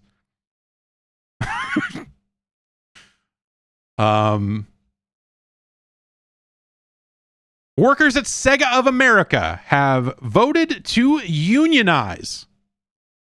That's right. Under the name Allied Employees Guild Improving Sega, or AEGIS.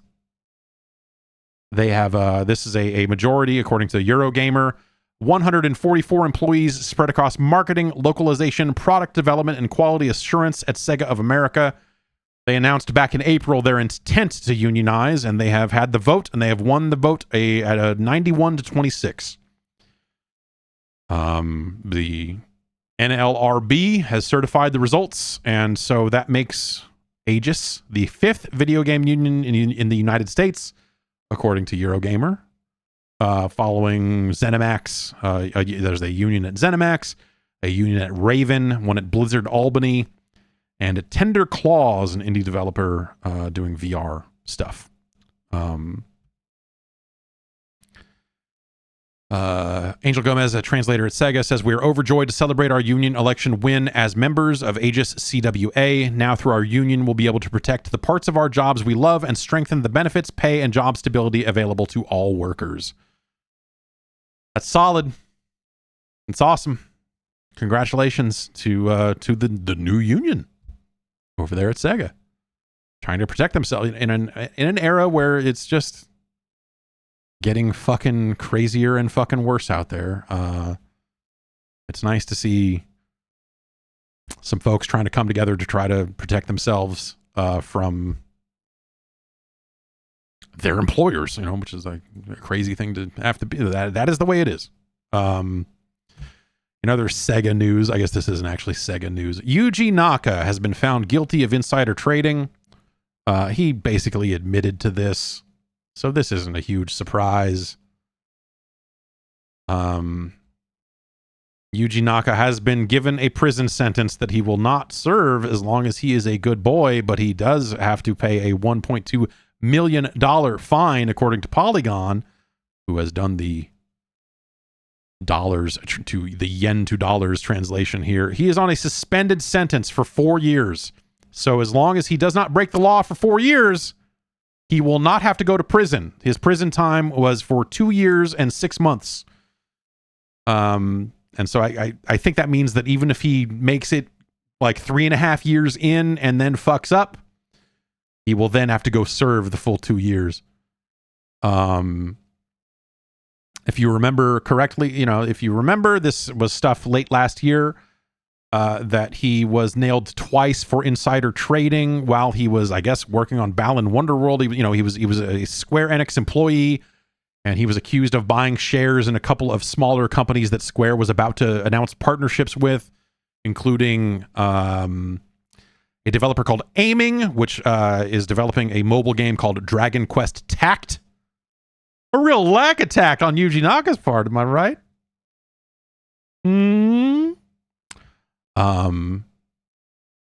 another developer called A-Team, which was the developer for Final Fantasy VII: The First Soldier. That's the Battle Royale Final Fantasy game that is shutting down or just shut down. I forget what it is. And so they made... again, according to the story coming out of the GG Press, which Polygon has translated, Naka, along with another Square Enix employee named Taisuke Sasaki, were said to have made hundreds of millions of yen in the deal, which translates to millions of dollars because 140 million yen is $1 million American.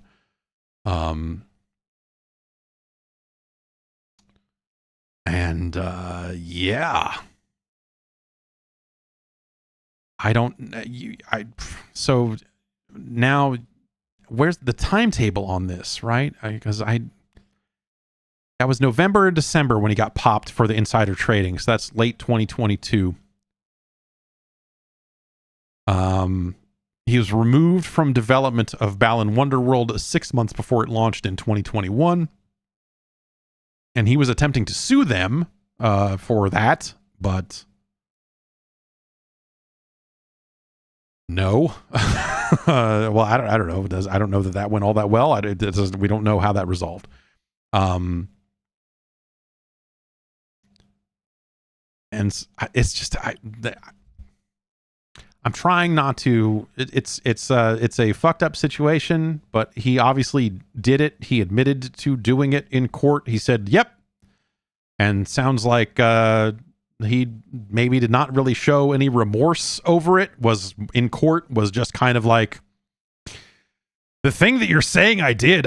Yes, I did do that. Yes, you've got it accurately. I did in fact access the documents about who was developing these games, and then I did in fact immediately go buy shares of stock in those companies before the announcements went public. Come at me, motherfucker. I don't know. So yeah, I don't know. He does not have to serve any jail time, assuming he stays in the on the straight and narrow for 4 years.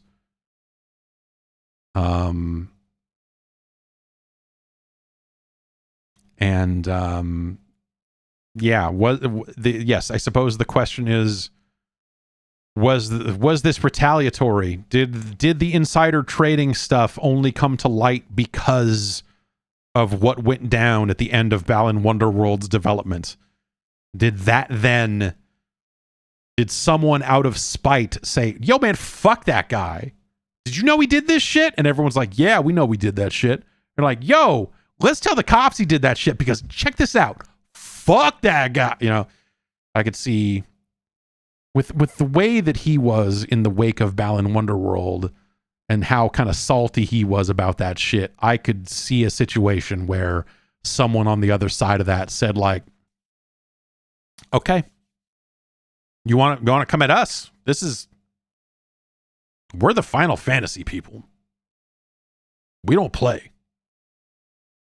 We're the Balan Wonderworld people." Like, it's bad enough that they had to ship Balan Wonderworld. Then they got to deal with this guy doing insider trading and then trying to sue him. So yeah, who knows? Maybe perhaps he did fuck around and find out, as they say. But I doubt we'll ever know that part of the story, because if there's one thing that Japanese business is good at doing, it's shutting the fuck up. So give it 20 years and maybe we'll find out.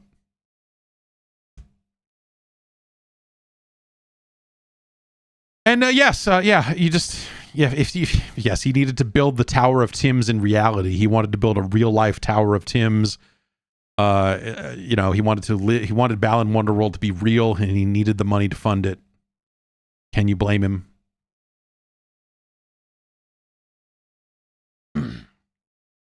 Our last story is kind of a long time coming, and it's one of those things that I think if you've been following video games at all closely is not going to sound necessarily shocking to you, but presenting it this way has actually been really good because it got a lot of pickup, and I think will help highlight the issue in a way that it has not been highlighted before. The Video Game History Foundation has issued a new study where they say that 87% of old video games, classic video games, are no longer available for sale. They're completely out of print. The way they put it is 87% of classic video games released in the United States are critically endangered. Which means that just 13% of video game history is being represented in the current marketplace. They went ahead and, along with some volunteer efforts on their side, they have been putting these numbers together and crunching them for quite a long time. And their goal here is to shine a light on just how shitty the situation is when it comes to the preservation of video games. When it comes to video games being available to libraries, being available in ways that help researchers and educators and everything else, because if you think about it, right now, if you want to play old video games, and we'll say legally, you also have to go out there and collect and acquire a bunch of vintage hardware. There are other, there's some ways around that, but in a lot of cases, and they dug into a handful of platforms to kind of arrive at this number. They looked at the Commodore 64 and the Game Boy and and a lot of stuff like that. And basically found that these games are not available for sale in any reasonable way anymore. And by reasonable way, I mean, not available on modern platforms, not available for people to purchase. And so large parts of video games history are pretty much inaccessible. And so the thing you equate that to is movies don't go through this in the same way. Books don't go through this in the same way, because you can still find books. If you still get the old books, they still work. They're still just books. Music is still music. You can release it in a variety of formats. You can still find a record. You can still find that's not to say that no music, no movies, no books are being lost, but you don't have to buy a new piece of hardware or a new old piece of hardware in order to watch these movies. The movie industry is much better about reissuing its stuff on modern formats over and over again. So it's very rare that you get a case where it's this movie's only available on fucking RCA fucking selected disc or whatever the video disc bullshit format that no one fucking knows about anymore or whatever. That stuff comes out. It's on a streaming service. It's on a Blu-ray. Not on streaming services as often as you'd like. But with video games, obviously, you end up being in a situation where not only do you need to get a copy of the game, you then need to find the hardware that runs it. And that is a high bar. And especially as collectors and everything else, that becomes an increasingly expensive bar as well. And so organizations that would normally be devoted to preserving literature, movies, all of this sort of stuff are basically iced out for a variety of reasons.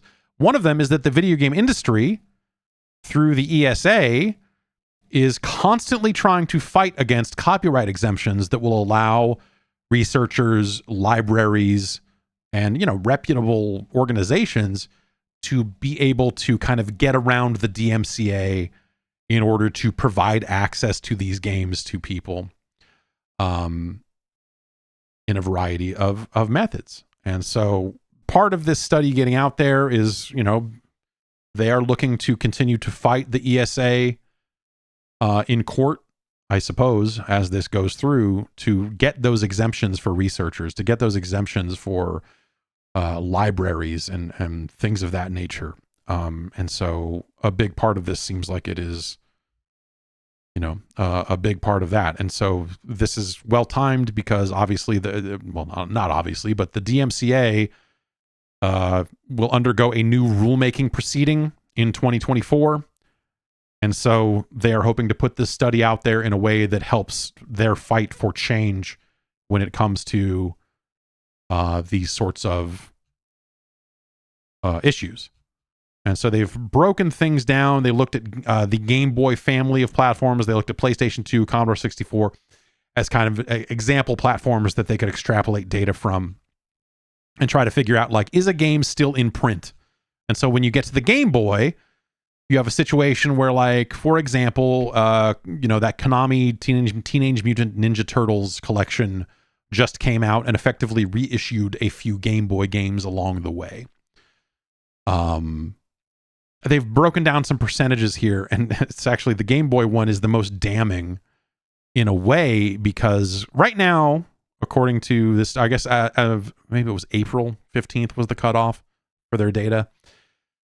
5.9% of a Game Boy, that means Game Boy, Game Boy Color, and GBA games are available for purchase.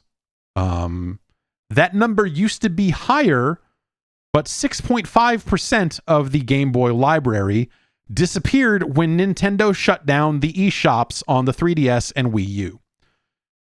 So even the reissues are getting shut down. That obviously sucks. And that obviously means that, when we get to this situation where when you look at a case where, like, hey, they're saying that 12% of PlayStation 2 games released in the United States are in print and available for purchase.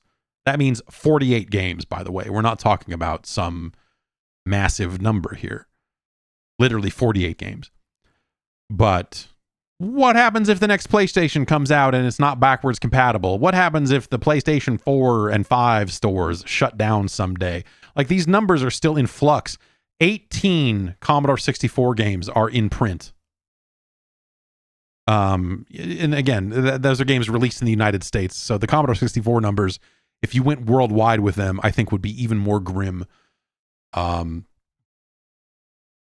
so this is a number that is in a lot of ways getting worse over time. And so it's fucking gross. And they note here that most classic Commodore 64 games are only available through a single service called AntStream Arcade. If AntStream shut down, the availability rate for Commodore 64 games would plummet to an apocalyptically low 0.75%. And so it's, the how do you fix this for consumers? How do you fix this in a way that is good for people that want to buy games? Because realistically, even, like the Digital Eclipse just announced their Karateka collection this morning, right? And, or like the re-release of that game. And that's fucking cool. But they'll still release it on current platforms. And what happens when those current platforms go out of vogue? We like to think that, that these are things that will be around forever, and sure, they will exist on discs, and they can, there's a whole thing there, but like that's the sort of thing that goes away. So I'm reading over the actual press release for the Karateka thing here. It is called "The Making of Karateka," the first game in its Gold Master series, independently produced projects that celebrate key designers, studios, and games that changed the world. It's according to Gematsu. It'll launch on PS5, Xbox, PlayStation 4, Xbox One, Switch, and PC later this year. And so they are putting out a remastered, all new version of the game featuring cutting room floor content. That's fucking cool. And another game called Death Bounce Rebounded, a twin stick shooter based on Jordan Mechner's unpublished prototype, which is neat. So it's kind of carrying on from Atari 50 in a way that is focused around a single game, which is really interesting. And if you had to pick a game to do it, that's a really good one to pick. Because that's a cool fucking game. And ain't no one talking about it. So, you know, efforts like that are cool, but again, you know, all you're doing is, you know, at the end of the day, you're reissuing a new product and selling it. And presumably they're doing the business dealings necessary to ensure that, like, hey, it's coming out on PC. It's going to be on Steam for, you know, perpetuity. Or what we can think of as perpetuity. Let's suppose. But even that could possibly go away at some point. So how do you make these original games available for researchers? How do you make these original games available? You know, because obviously we can sidestep this whole conversation and just say, like, fuck it, man, this hard drive has 11 terabytes of PlayStation 1 games on it. Fuck you. Preserve this, motherfucker. But, like, we're talking about it in a way that, like, researchers have to act in a more legal way than you and I do when it comes to accessing research materials and all of this sort of stuff. And so when the only option available is breaking the law, that's bad for everyone. And so I think that their fight for DMCA exemption on this stuff is noble. I think it is something that absolutely must happen. I think it is something that I wish that the people that fund the companies that fund the ESA need to step in and say, hey, fucking let this one go through. I think that that's something a Phil Spencer, a Microsoft, you know, these people that are on the board for the ESA who have given quotes where they talk about that they care about game preservation. Sony claims they have a preservation team in-house. Like, some of the stuff around preserving source code and you know, different builds of games and stuff, some of that stuff, it sounds like it's gotten better at some studios, but it is not a foregone conclusion that this stuff is still around in some way. And so I think that these people who are in a position to impact the ESA need to do so when the time comes.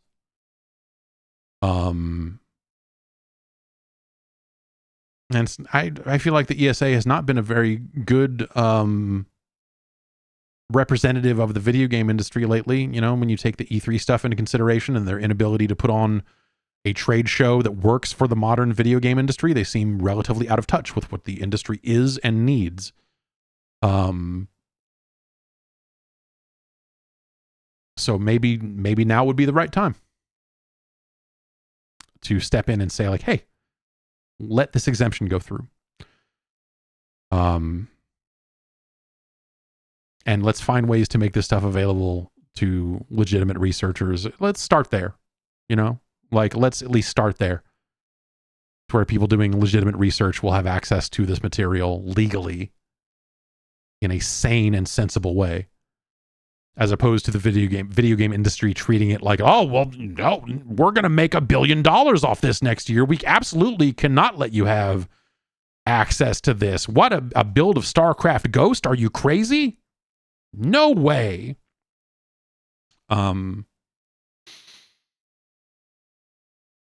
So it's an interesting, there's basically, they've broken the study. The Video Game History Foundation has broken this study out into kind of 3 different things of varying lengths. If you want to read the full-on document, it's out there. They have it in a kind of smaller couple of blog posts as well, kind of explaining the study.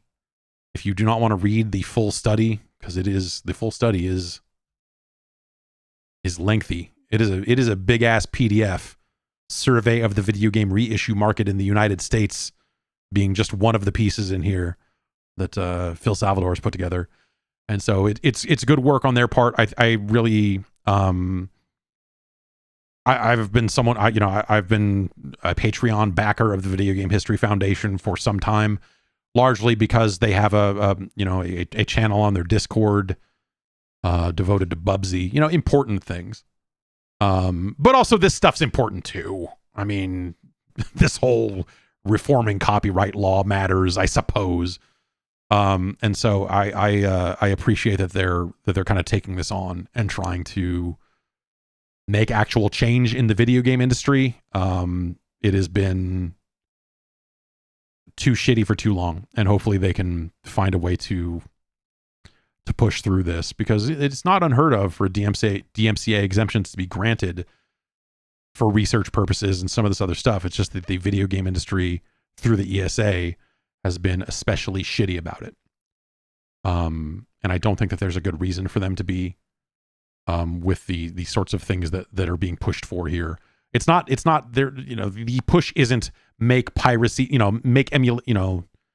make ROM sites legal. No one's stepping in and saying like, hey, we want to make Pokemon ROMs.biz. Could we change the law here? It's more just like, hey, this is impeding actual research. If we want to sit here and talk about video games as art, as video games as an important cultural medium, then we need to make allowances for people that want to research it, because it is becoming increasingly difficult for those people to access the material in a safe and legal way. And has to change. It has to change. Hopefully this will be one of the things that helps to push it through. We will see. And that's it for the news. So why don't we get into some emails here? That email address, podcast@guard.bike. Send in your emails to me. I will look at them. There are a bunch of new ones here that I have not seen. Let's see here. Let's start with some of the ones that I have seen here. Nathan from Tumwater, Washington writes in and says, since being a dad, which kids movie do you think you have seen the most, and are you sick of it? It's definitely, it's probably Frozen or Frozen 2. That has been a big hit around the house for years. And I have seen Frozen 1 I can watch. Frozen 2 is a miserable piece of fucking shit. It is. The songs are 10 times worse. There are barely any songs in the second half. The storyline is a fucking bunch of muddled bullshit. It is fucking embarrassing. They should be embarrassed by the plot and story of Frozen 2. It's an abysmal fucking film. And so I fucking hate that out of the gate. That's not something I got sick of. That's like, this is fucking awful. This is a real piece of shit. Frozen 1, I think, is very well made for what it is. I don't especially like it, but I look at it and go like, oh yeah, I see. Yes, you can easily see why this would be wildly popular. And why these characters are like pretty well carved out and everything else. Frozen 2 takes those characters and just shoves them into just like embarrassing fucking bullshit. It's like fucking fan fiction at a point. It's like, this just sucks. And it has this muddled fucking like colonialism thing. It's just like the message of it is fucking so ham-fisted and fucking, it's so bad. It's so fucking bad. I think my favorite though is actually probably Mary Poppins.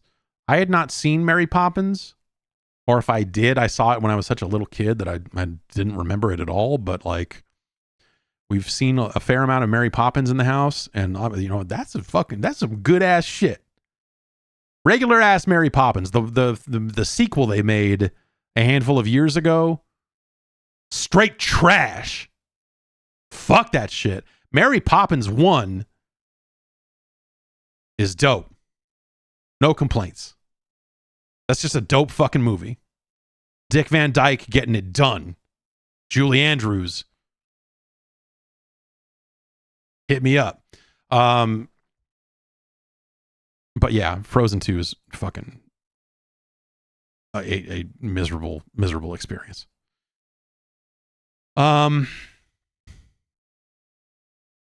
John from Birmingham in the UK writes in and says, I have recently got into the world of Vita custom firmware and found it amusing that 90% of the time I use it to emulate a PSP. Yeah, well, the PSP is better than the Vita. Software-wise, way more good-ass PSP games than good-ass Vita games. Anyway, my most played PSP game is Ridge Racer. I've always been a fan of the series, and I remember you mentioning the PSP ones are good. The story mode has a lot of meat to it, and I love how it will customize a set of races for you if you input how much time you have to play, anywhere from 5 to 60 minutes in 1 minute increments. Yeah, it's super cool. The PSP games are really fucking cool that way. I still think Type 4 is probably the best, and I have fond memories of 6 on the 360, but this is probably the second or third best Ridge Racer. I'm looking forward to trying the sequel out. Yes, Ridge Racers and Ridge Racer 2 on the PSP are both hell of good. And yeah, Type 4 is probably... Type 4 is a different thing, man. Ridge Racer Type 4 is a fucking... Ridge Racer Type 4 is a lifestyle, man. And he asked a follow-up question. Do you recommend the wacky controllers that Namco made, like the Jog-Con and the Neji-Con? I've had the desire to acquire these, but does it really enhance the experience? I read your original reviews from the time and seem to remember you thought they were pretty good.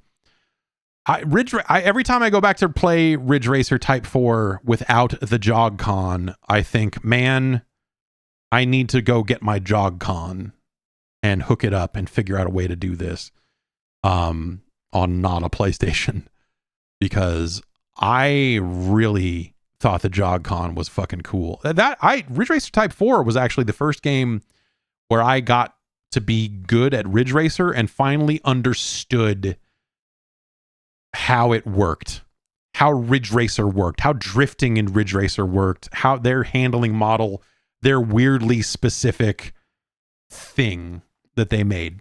And the entire franchise clicked for me in a way that it hadn't before. It's actually two games. It's Ridge Racer Type 4 and, weirdly enough, Ridge Racer 64. Which is basically just like a remake of Ridge Racer for the N64, but the drifting in Ridge Racer 64 was so fucking over the top that it was a lot easier to just like do the weird 360 spins and all the other crazy shit. And you're like, oh, once you start doing that there, it made all of the other games handled there. Like, I understood how Ridge Racer worked across the board. I remember loving the Jog-Con. It's been, over a decade since I've handled one. But the Jog-Con is a cool controller. Ridge Racer Type 4 is a beautiful video game, an amazing soundtrack. Just a fantastic aesthetic across its menus. Everything in and out of that game is just fucking fantastic. The Neji-Con, which, if you've forgotten, was an early PlayStation. It was before, maybe was one of the first analog controllers on the PlayStation at all, and it twisted in the middle. And so you played driving games by twisting the middle of the controller. And it had two analog buttons on it that you could use for analog gas and analog brakes.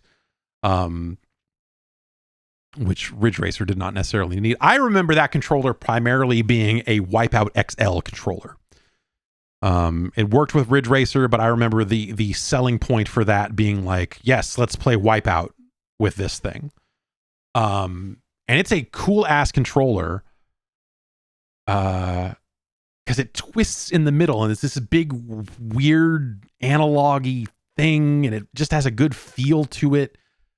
I like the design of it a lot. It's another situation where it's been a very long time since I've handled one. I think both controllers are in the same box somewhere in my garage. I should try to find them one of these days and then get a snacks adapter for my Mister and blah, blah, blah, blah, blah. But they're both cool controllers. I don't know how available they are these days. I don't know if the prices on them have become completely out of control, but they're fucking neat. That's for sure. I don't know what other controllers or what other games the JogCon works with. I don't know if it's a wide. I only ever used it for Ridge Racer Type 4. I don't remember using it for anything else before or after that. But the Negicon was really, it was pretty much just like Ridge Racer and Wipeout. I know other games work with it, but I don't remember that ever being a big deal.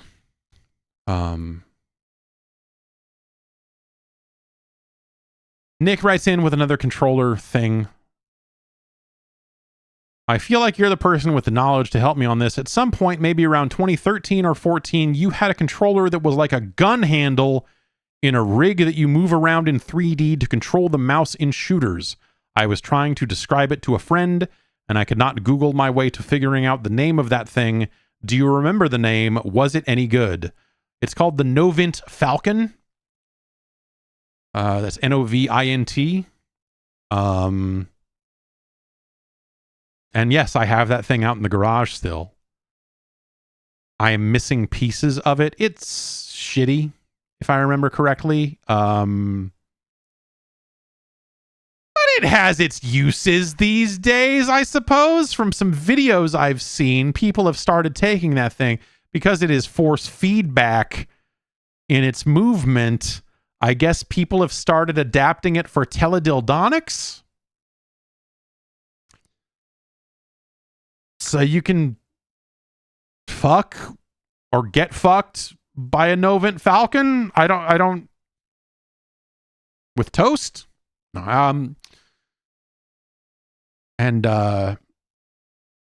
I don't know. Those things might be super pricey now because of that reason, because of what people have done to it. I've got one in my garage. It still has the gun handle on it. I haven't done anything else with it. But the idea is that people in VR will use it when they're doing virtual reality porn things. And I don't know. You would think that people would have made custom devices for this and they wouldn't need to adapt ancient technology for VR sex devices. But nature finds a way, I suppose.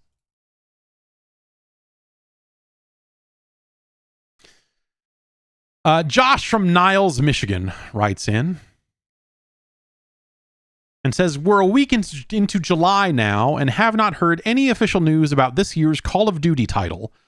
There's been a lot of insider leaks, but nothing from Activision or whichever dev is doing this one. Usually at this point, we'd have some sort of teaser, a confirmation on what the game is, and a campaign or gameplay trailer. I don't know where I'm going with this. Just thought it was a bit strange. So they showed it to basketball players last weekend, I guess. According to Charlie Intel, which is a site devoted to, well, they used to be devoted to just Call of Duty as far as I remember, but I went and looked at it and it looked like the most opportunistic video game website I've ever seen.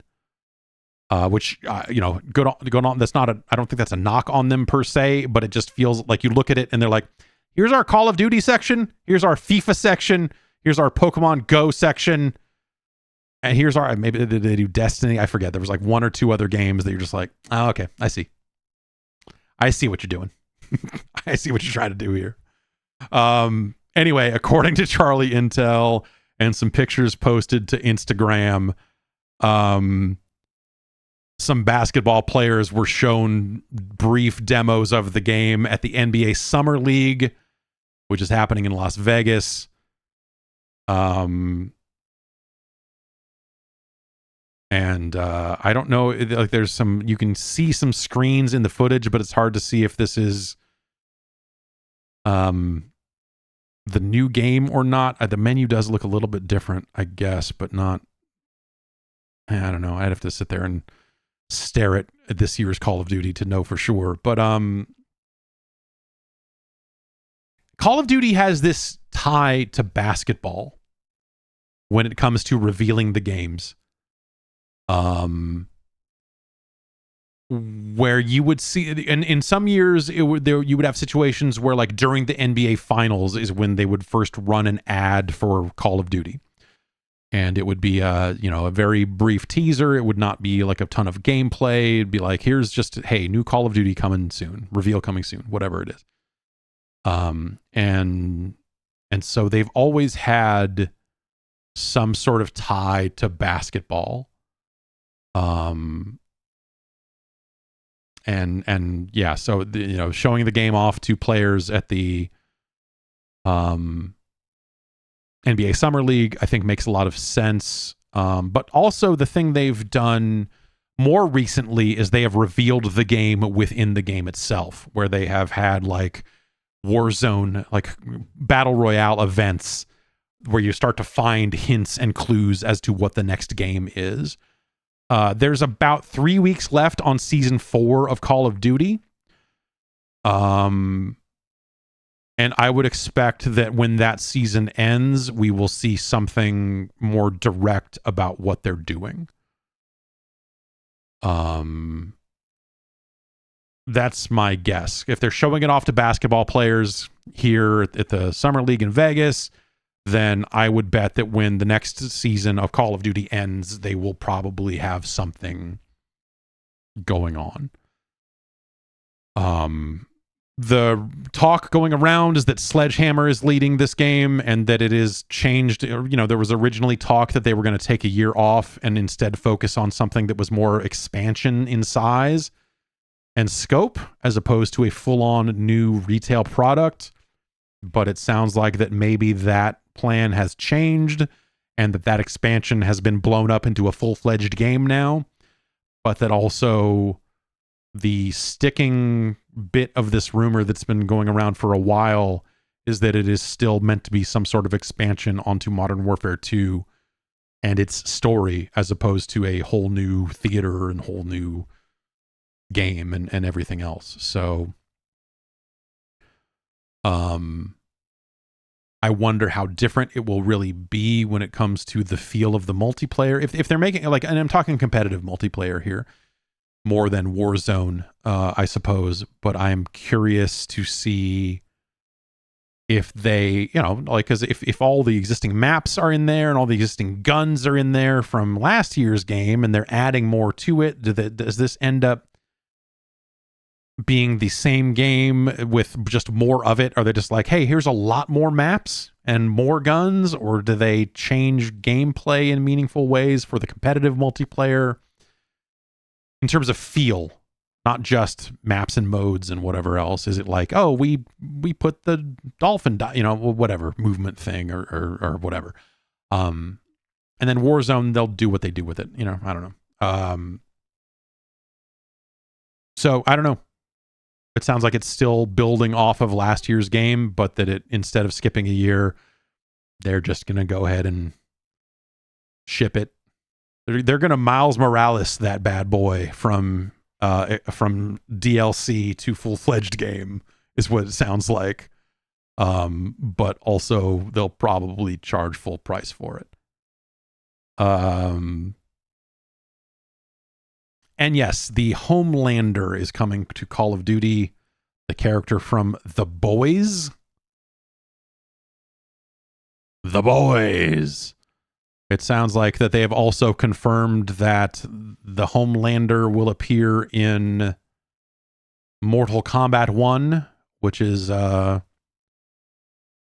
leaked out of Amazon Italy or something like a long time ago, but I guess the TikTok account for the boys, or someone somewhere along the way in an official capacity just kind of said like, yep, Homelander's coming, in a way that makes it seem like someone didn't know that they were supposed to say that or not, but they did confirm that was coming, which already seemed like it was relatively confirmed anyway. And yeah, I don't know. They're going to do that. We'll see what Call of Duty ends up being. It just feels, you wonder, like, did it get muddled in this whole acquisition thing? Like, what happened? Was it like, oh, well, we're going to be owned by Microsoft by then, so whatever, we'll do it as an expansion, who cares? And they were like, oh, this deal might get shut down. We need to make sure that this is a full price game. Oh shit. I wonder if that had any bearing on it one way or the other. Probably not, but you never know.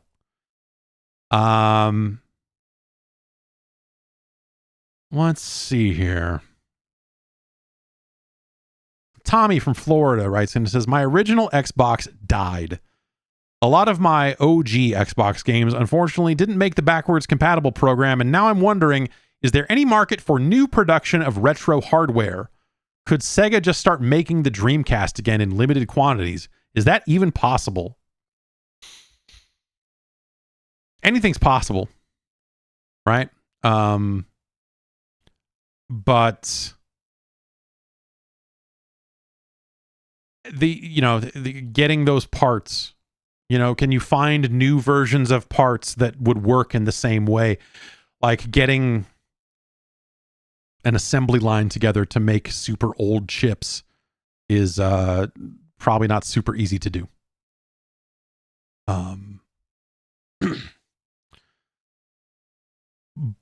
so yeah, I don't know. That would be probably pretty difficult. Dreamcast stuff might. I don't know. Yeah, there's like a middle ground here where you end up in a weird situation where the technology is just advanced enough to be hard to reproduce. Where like if you look at what would it take to make an original Xbox from scratch?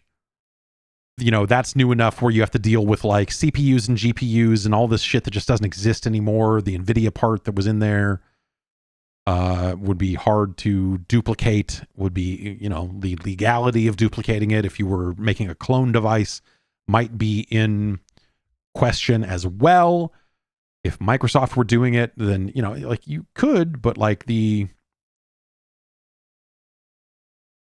it's probably just difficult enough to recreate those parts that you have to kind of wait a while for that stuff to be easily emulatable or easily something you could easily do on a Raspberry Pi style SoC, and you're like, okay, well, we're not recreating an Xbox from scratch, but we can approximate one with new parts this way.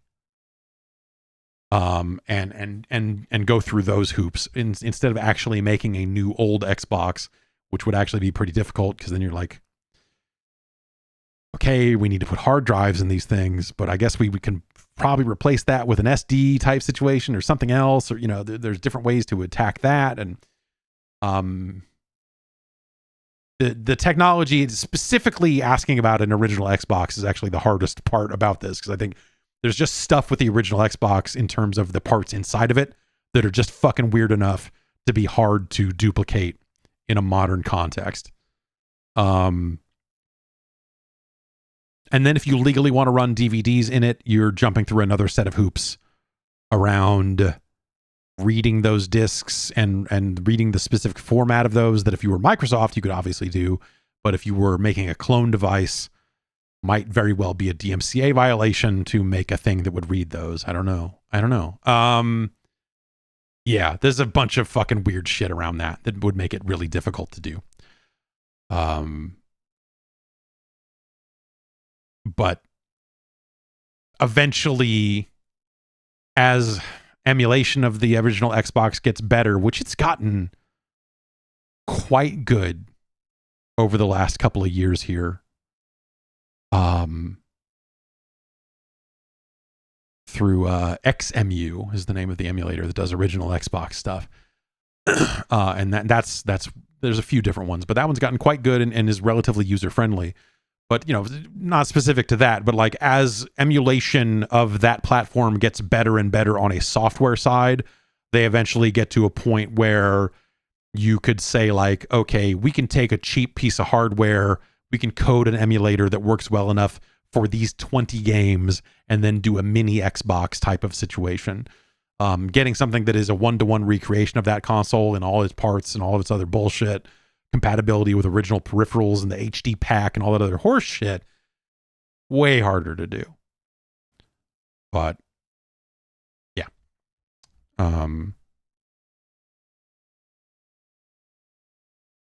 Yeah, way harder to do. Let's see here.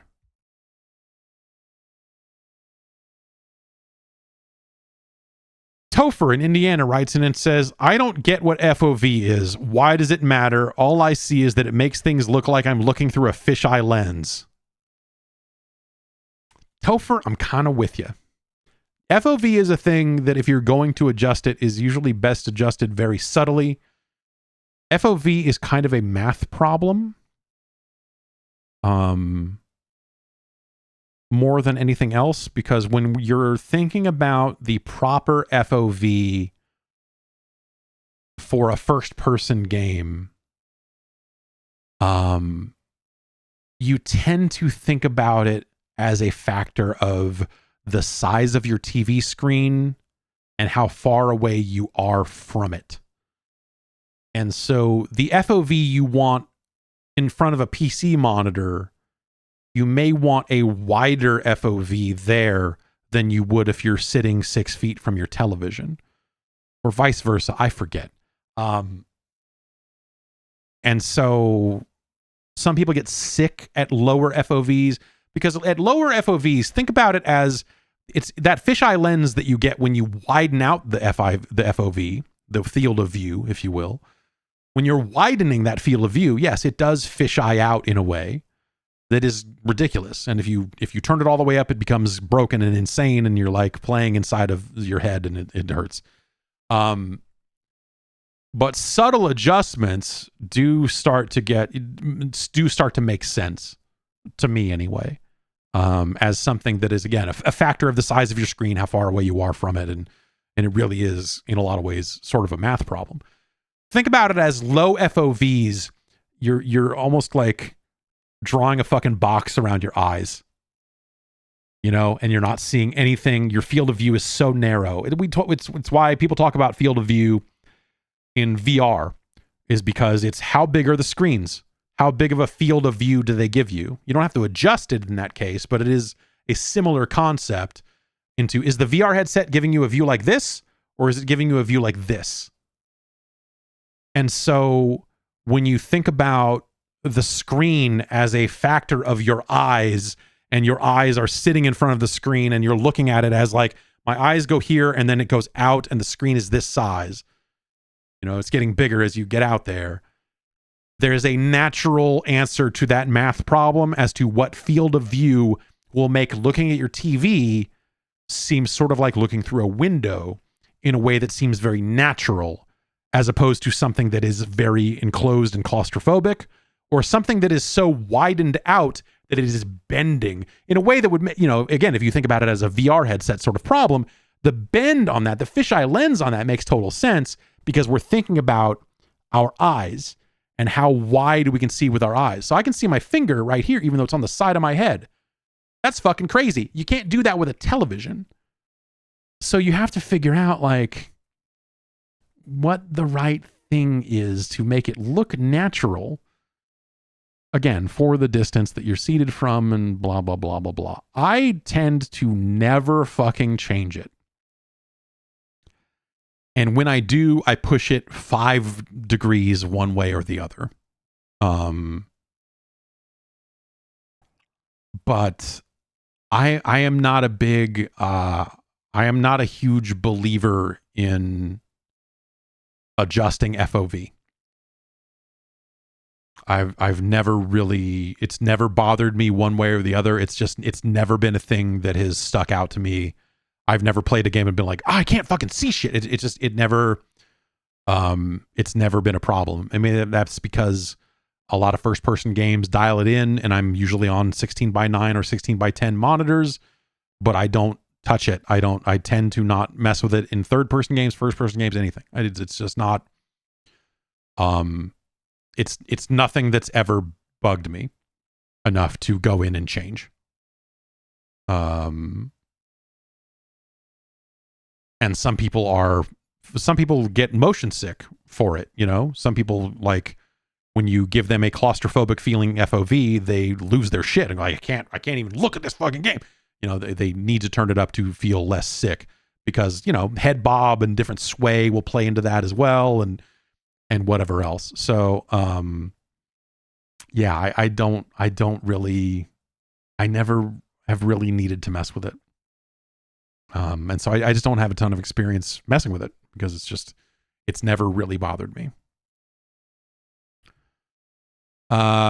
David from York writes in and says, I love niche game enthusiast websites like the Amiga Graphics Archive, Lemon 64, the VP Forums, and GT Planet for hot Gran Turismo 7 cartoons.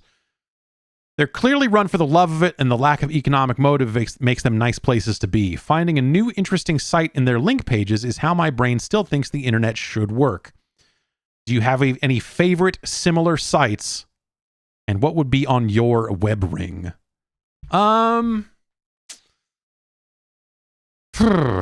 Lemon 64 is a great site. Like, you have like specific needs. Like, Lemon 64 is really great if you need to find a box shot of a Commodore 64 game. It's great for that. I used to use Lemon 64 all the fucking time. There's an Amiga equivalent of it that is not the Amiga Graphics Archive. There's a, I forget what it's called, but there is an Amiga version of Lemon 64 that maybe it's just Lemon Amiga anyway. That has also been useful. There's World of Spectrum, which is kind of the same thing for Spectrum games. There's, I want to say, Atari Mania for Atari home computer, well, even just Atari console games. These are sites I don't necessarily go to them on a regular basis. They're more like sites that I end up on as a result of searching for shit, where I'm like, I need a fucking box shot for Castle Hassle right now. Who's got it? Atari Mania. They've got it. It's usually box shots. The Atari Age forums are a fucking real layer of something, man. But if you want the latest versions of Altera, the Atari home computer emulator, you have to trek over to the Atari Age forums once every few months and update. And so I end up on some of those spots here and there. There's a few places that, just like there's stuff that I, when I want to see kind of what the custom firmware hacking sort of stuff is like, I will occasionally look at wololo.net.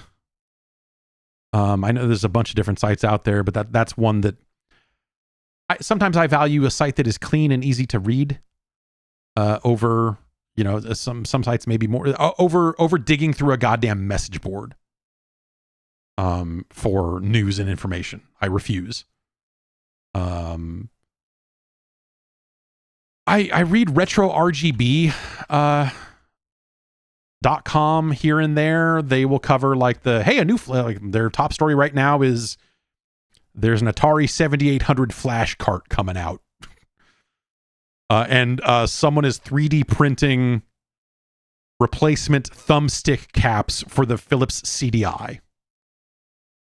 Important shit.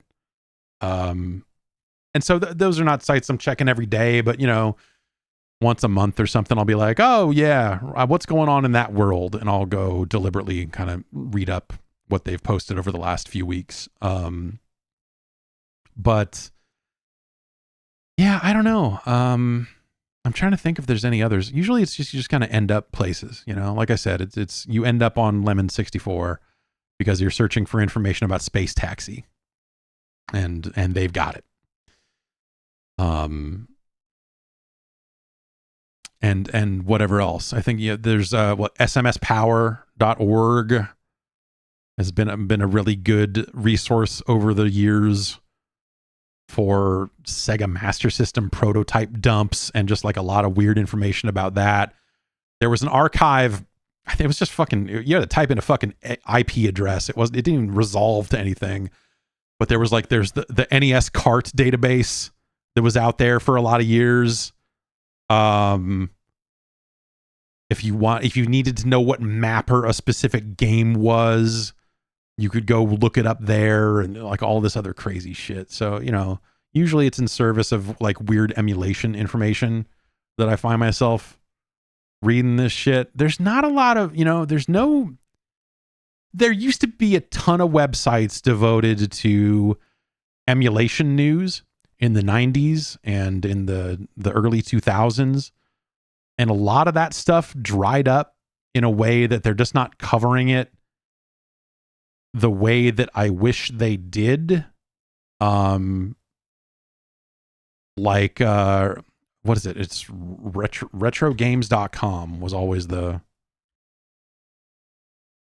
I always looked at. Retrogames.com used to be, and they updated in 2016, but that used to be kind of the place for me through the 90s and 2000s to look for emulator news.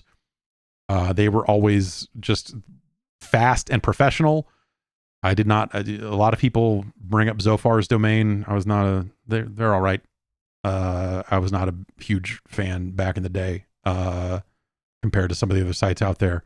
Like Jose Q's MU News. That was a much better spot, to quickly get information, I thought. Or MU Views. It wasn't MU News, it was MU Views. Is that site still up? I don't think so. I think that's long gone.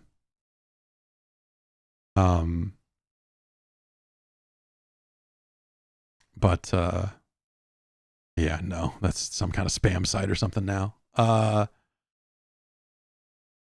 There's no, yeah, so there's just like, I want details on like, hey, this emulator updated and here's what's new. And now I find myself in situations where I care about that stuff. I find myself reading GitHub commits to get that information. Where like when I want to install the BizHawk nightly, I look at what they've been committing lately and go like, oh wow, they added support for RetroArch, like libretro cores. That's cool. Or hey, they have retro achievement support now in BizHawk, and so I go grab their nightly and install it and whatever else. So it's nowadays I just kind of like, that's how I get most of my Mr. news is from GitHub, because there just isn't a great resource for or Discord really, because the people on the Mr. Discord are posting cores and updates and whatever other, unstable builds of cores and all that other shit. So that's become kind of the best place for that stuff, I suppose. And yeah, I don't know. It's I wish that there was a good, there's a newsletter that is out there now for like kind of big picture emulator stuff, called Read Only Memo, that Wes Fenlon runs. You can go to readonlymemo.com. I believe it's a Substack or something along those lines. And that's pretty good for kind of like big picture stuff. But again, it's not GitHub commits, and so there's no middle ground there for like all of that sort of stuff. I don't want to watch YouTube videos about Mr. Cores and stuff. So instead it's like, it's a mixture of GitHub commits and Twitter, because people are posting updates. Like the guy, there's a guy working on a Narc core for the Mister, the arcade game Narc that everyone loves, the classic arcade game Narc. And he just posted like, hey, I don't think I'm going to be able to fit this into, like, I'm running out of bandwidth on this. I think it's only going to work if people have dual SD RAM on their Mister, because I need the bandwidth and I can't get it any other way. Or he's not 100% sure, but that was the last thing that that I saw him posting, is that he no longer thought it would be able to fit on a single stick of SD RAM. Yes, Bill Bellamy's Narc for the PlayStation 2. That's the game we're talking about, with its hot soundtrack featuring songs about drugs, such as That Smell. And I believe White Lines is probably on that soundtrack. If it's not, then they fucked up.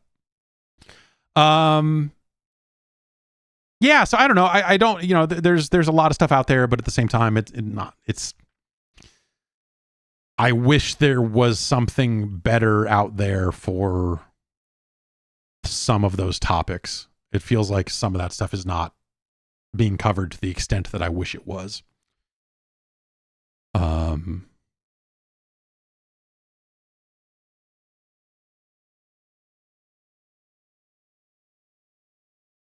Let's see here. Jesse from Macon, Georgia says, one of my favorite pastimes is having a few beers with a group of buddies and watching terrible movies that can be classified as so bad they're good.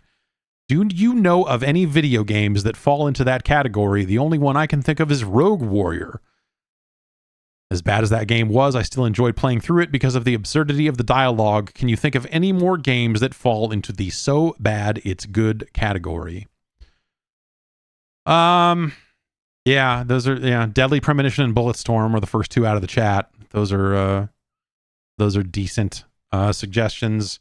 Yeah, Final Fantasy Origin, Strangers of Paradise is a good one. Quiet Man, I don't know that there's not a lot of enjoyment. I don't think there's a lot of enjoyment to get out of that. But I don't know, I think about older stuff. I mean, that's maybe not conducive to the idea of we had a couple of drinks and watched some bad movies. Like bad games that fit that category probably need to be a little newer in a Ride to Hell Retribution sort of way, I suppose. If we get back to just the classic fucking Kusoge, if you just go back to all the fucking shittiest fucking games imaginable, and then suddenly you're playing Sword of Sodan for the Genesis. Those were the games that me and a friend used to play and fucking laugh our asses off at how bad some of those fucking games were. Atlantis,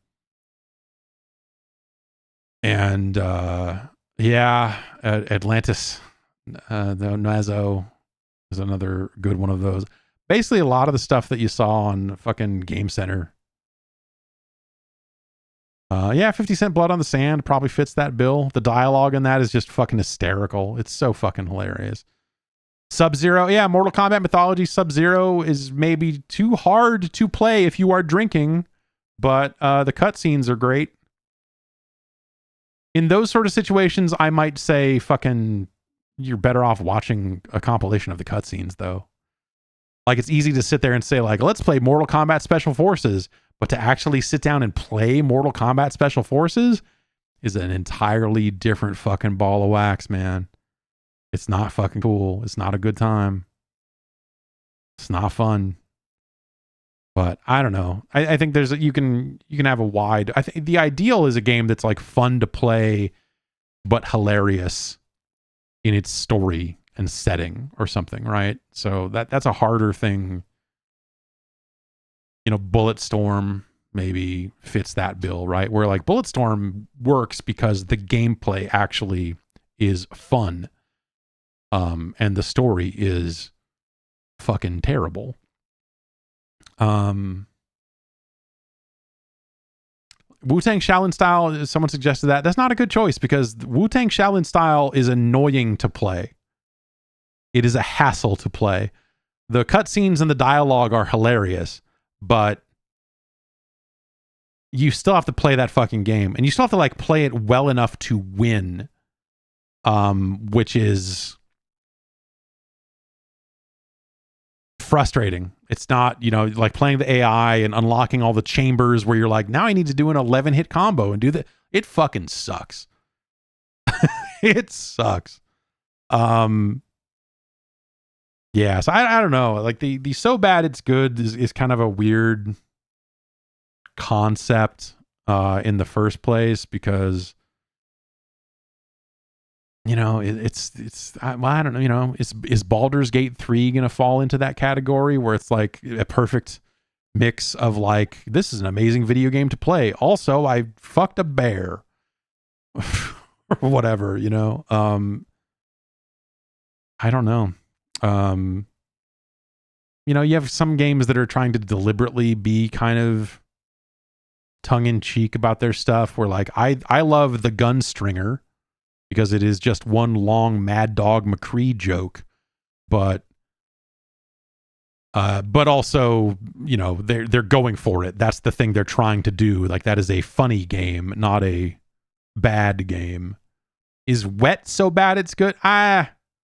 No, probably not. I don't know. Wet is funny to talk about because it's so unremarkable. So I don't know. There's, yeah, it's conceptually kind of weird. Because you end up in situations where like some games are trying for it, or some games like wormed their way into it, like Off-World Interceptor, that racing game that originally came out on 3DO and then came to Saturn and PlayStation, and they just straight up put Mystery Science Theater style characters on the bottom of the screen, and one of them is Brian Posehn, and they're just like cracking jokes at the shitty cutscenes. It's really fucking weird. We looked at that a little while back. You may remember that.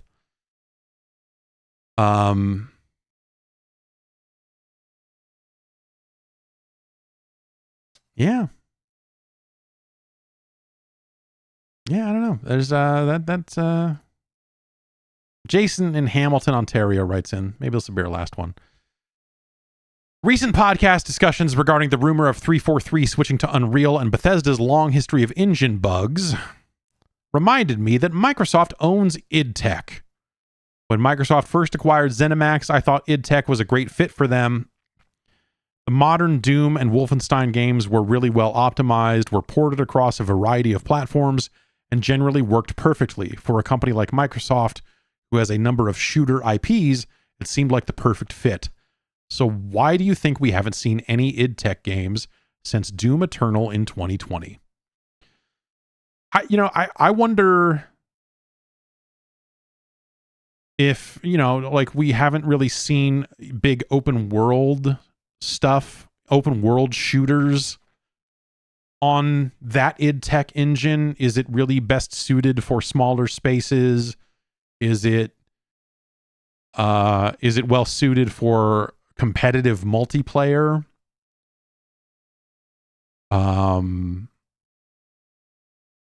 Oh yeah, Fat Scout in the chat says Deathloop was an id Tech game. Yeah, I guess it was, wasn't it? That's weird.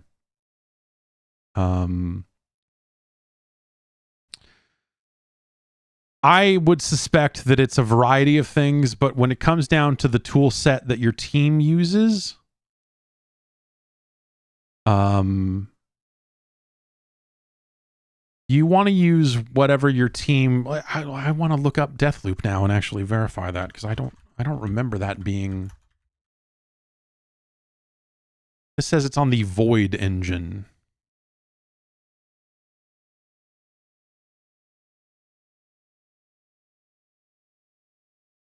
Which is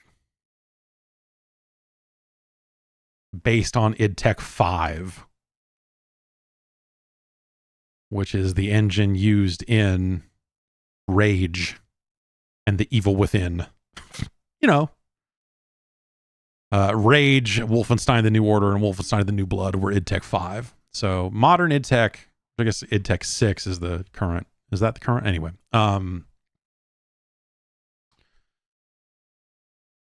Okay, so you have a lot of different problems. This is, again, something I don't have firsthand experience on, but when you are building a team, when you are building a game, when you are, like, all of those things have to work in concert. If you want to hire people and have them be already good, if you're using an engine that a lot of the industry is already familiar with, then it is easier to hire up for. So it's a point in favor of the idea of 343 switching to Unreal, is that a lot of the video game industry is up on things like Unreal. And so it would be easy to hire senior people to work on a game like that, because they would already have all the Unreal experience they would need. and would have a leg up on people that were coming over from some other engine entirely. So if you're working on some proprietary engine like id Tech that doesn't get licensed out like it used to, and is really just being used for id's stuff and you know, some of the limited use outside of that, maybe that engine's hard to work with. I have no idea. You know, that's I'm totally out of my depth, right? So if id Tech happens to be hard to work with and is very custom built for Doom and the highly specific games that they're making it for, it might not be well suited for those tasks. And it might be harder to find a team of people to quickly execute on a vision, because they have to spend a lot of time getting up to speed on what the fuck id Tech does well and how they do it and everything else. And so so it might not, you know, it's never just as easy as like, oh, well, give id Tech to 343 and then they'll do that and it'll be a fucking banger. Like it might be easier to use Unreal because that is something that has had fucking millions, if not billions of dollars of fucking work put into it to make it very, you know, friendlier to use in third-party licensed scenarios and whatever else. Unity is similar in a lot of ways. So I'm not shitting on Unity per se when I say this, but you know, but it may just be the case that a lot of work has been done to make sure that people can kind of onboard onto Unreal and understand it. And maybe the documentation for id Tech doesn't exist. It could be something like that too, where, yeah, it'd be suitable with some minor modifications, but also you'd have to train your entire team on the workflow of making an id Tech game. And maybe that's a fucking totally different thing. I don't know. So yeah, I guess like that's the point, is it doesn't matter. It probably also doesn't matter because Unreal is a well-regarded engine. There are plenty of well-regarded kind of licensable third-party engines out there that you would have an easier time hiring up for than if you were, you know, I wonder if that's something that EA has to deal with, right? With Frostbite, when they were, you know, and they still are to a certain extent, but like, you know, when Frostbite was the law of the land, if you're bringing someone in, you've got to train them up on Frostbite if they are not aware of how it works. And so anyone that joins the team has to be like, okay, what the fuck are you doing? I know how to make Unreal blueprints like a motherfucker, but what? And so it's a change of pace. It's a change of tools, and you know, anyone can learn anything. Let's just say, but in a lot of cases, it's probably faster and easier to just go with something that is a lot more widely used. Even if you own id Tech, it's probably better. Well, I don't want to say probably. It may very well be easier for them to say, actually, what would be better for our game and for our hiring efforts is if we switched to Unreal, even though we could theoretically use id Tech for free and not have to pay Epic any licensing fees to use it. We probably should just go with Unreal because it'll be easier to hire up, and all the people of the coalition know how to use it, and so they can give us tips and tricks as well, and blah, blah, blah, blah, blah. That's my guess on it, is that it's a lot of those sorts of problems that need to be solved. It's not always just what's the best technology. It's not always just what's the technology that we ourselves own and can use for no additional dollars. It is also what is best for the game and the team and the project. And if paying Epic its percentage helps a game come in a lot faster because it's easier to hire up and easier to get going on a project for that variety of reasons, then that may be the right business move for a project. In theory, anyway. All right, well, that's going to do it for us here. I guess I'll take a quick look here. It sounds like there was maybe a note from Phil Spencer sent around internally over at Microsoft about the case here. Let's see if we can find that here. Yeah, The Verge has it. After today's, I'll skip. I'll kind of skim it a little bit here. We're grateful that upon a review of the evidence and witness testimony, the court rejected the FTC's claims. The evidence showed that the deal is good for the industry, blah, blah, blah. After today's decision, we are turning our focus to the UK. As you may be aware, a few months ago, the UK Competition and Markets Authority recommended that the deal be prohibited. We disagree. At the same time, we are considering how the transaction might be modified to address the CMA's concerns in a way that is acceptable to the CMA.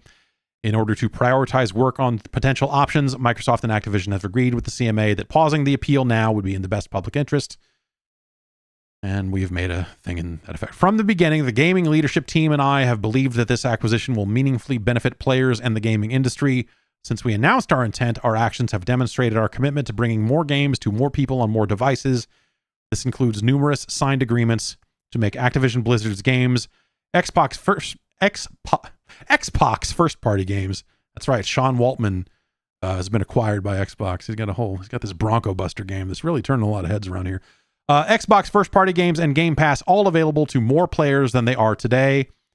I'm proud of our efforts to expand player access and choice throughout the process. Thanks to everyone who's devoted their time and dedication in support of our acquisition. So on and so forth. With today's decision by the court, we take an important step forward in bringing this vision to life. So, not really a lot there. But yeah.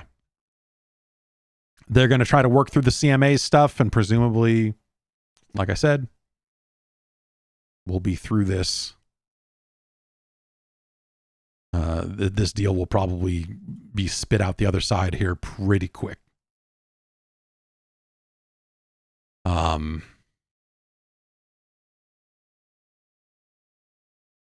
Yeah, it's interesting, man. I don't know. It's a fucking crazy one.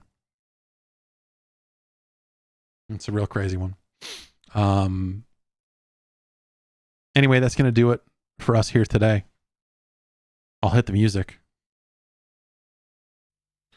I hope everyone has a fantastic rest of your Tuesday. A solid week. I'll be back tomorrow. Well, maybe we'll play some Hobo. Hobo is a game for the Arcadia 2001 that has retro achievements. It's real bad. I had trouble getting it running last week when we were streaming, but I put some work in to get it running, and now we can play Hobo. Maybe we'll play some other old games. I don't know. I've been meaning to just kind of relax and unwind and play some classics. You know, like Hobo. And then we'll be back Friday as well. Like I said, I think Exoprimal's out this week, right? So if that's out by Friday, then maybe we'll take a look at that and blow up dinosaurs. I don't know.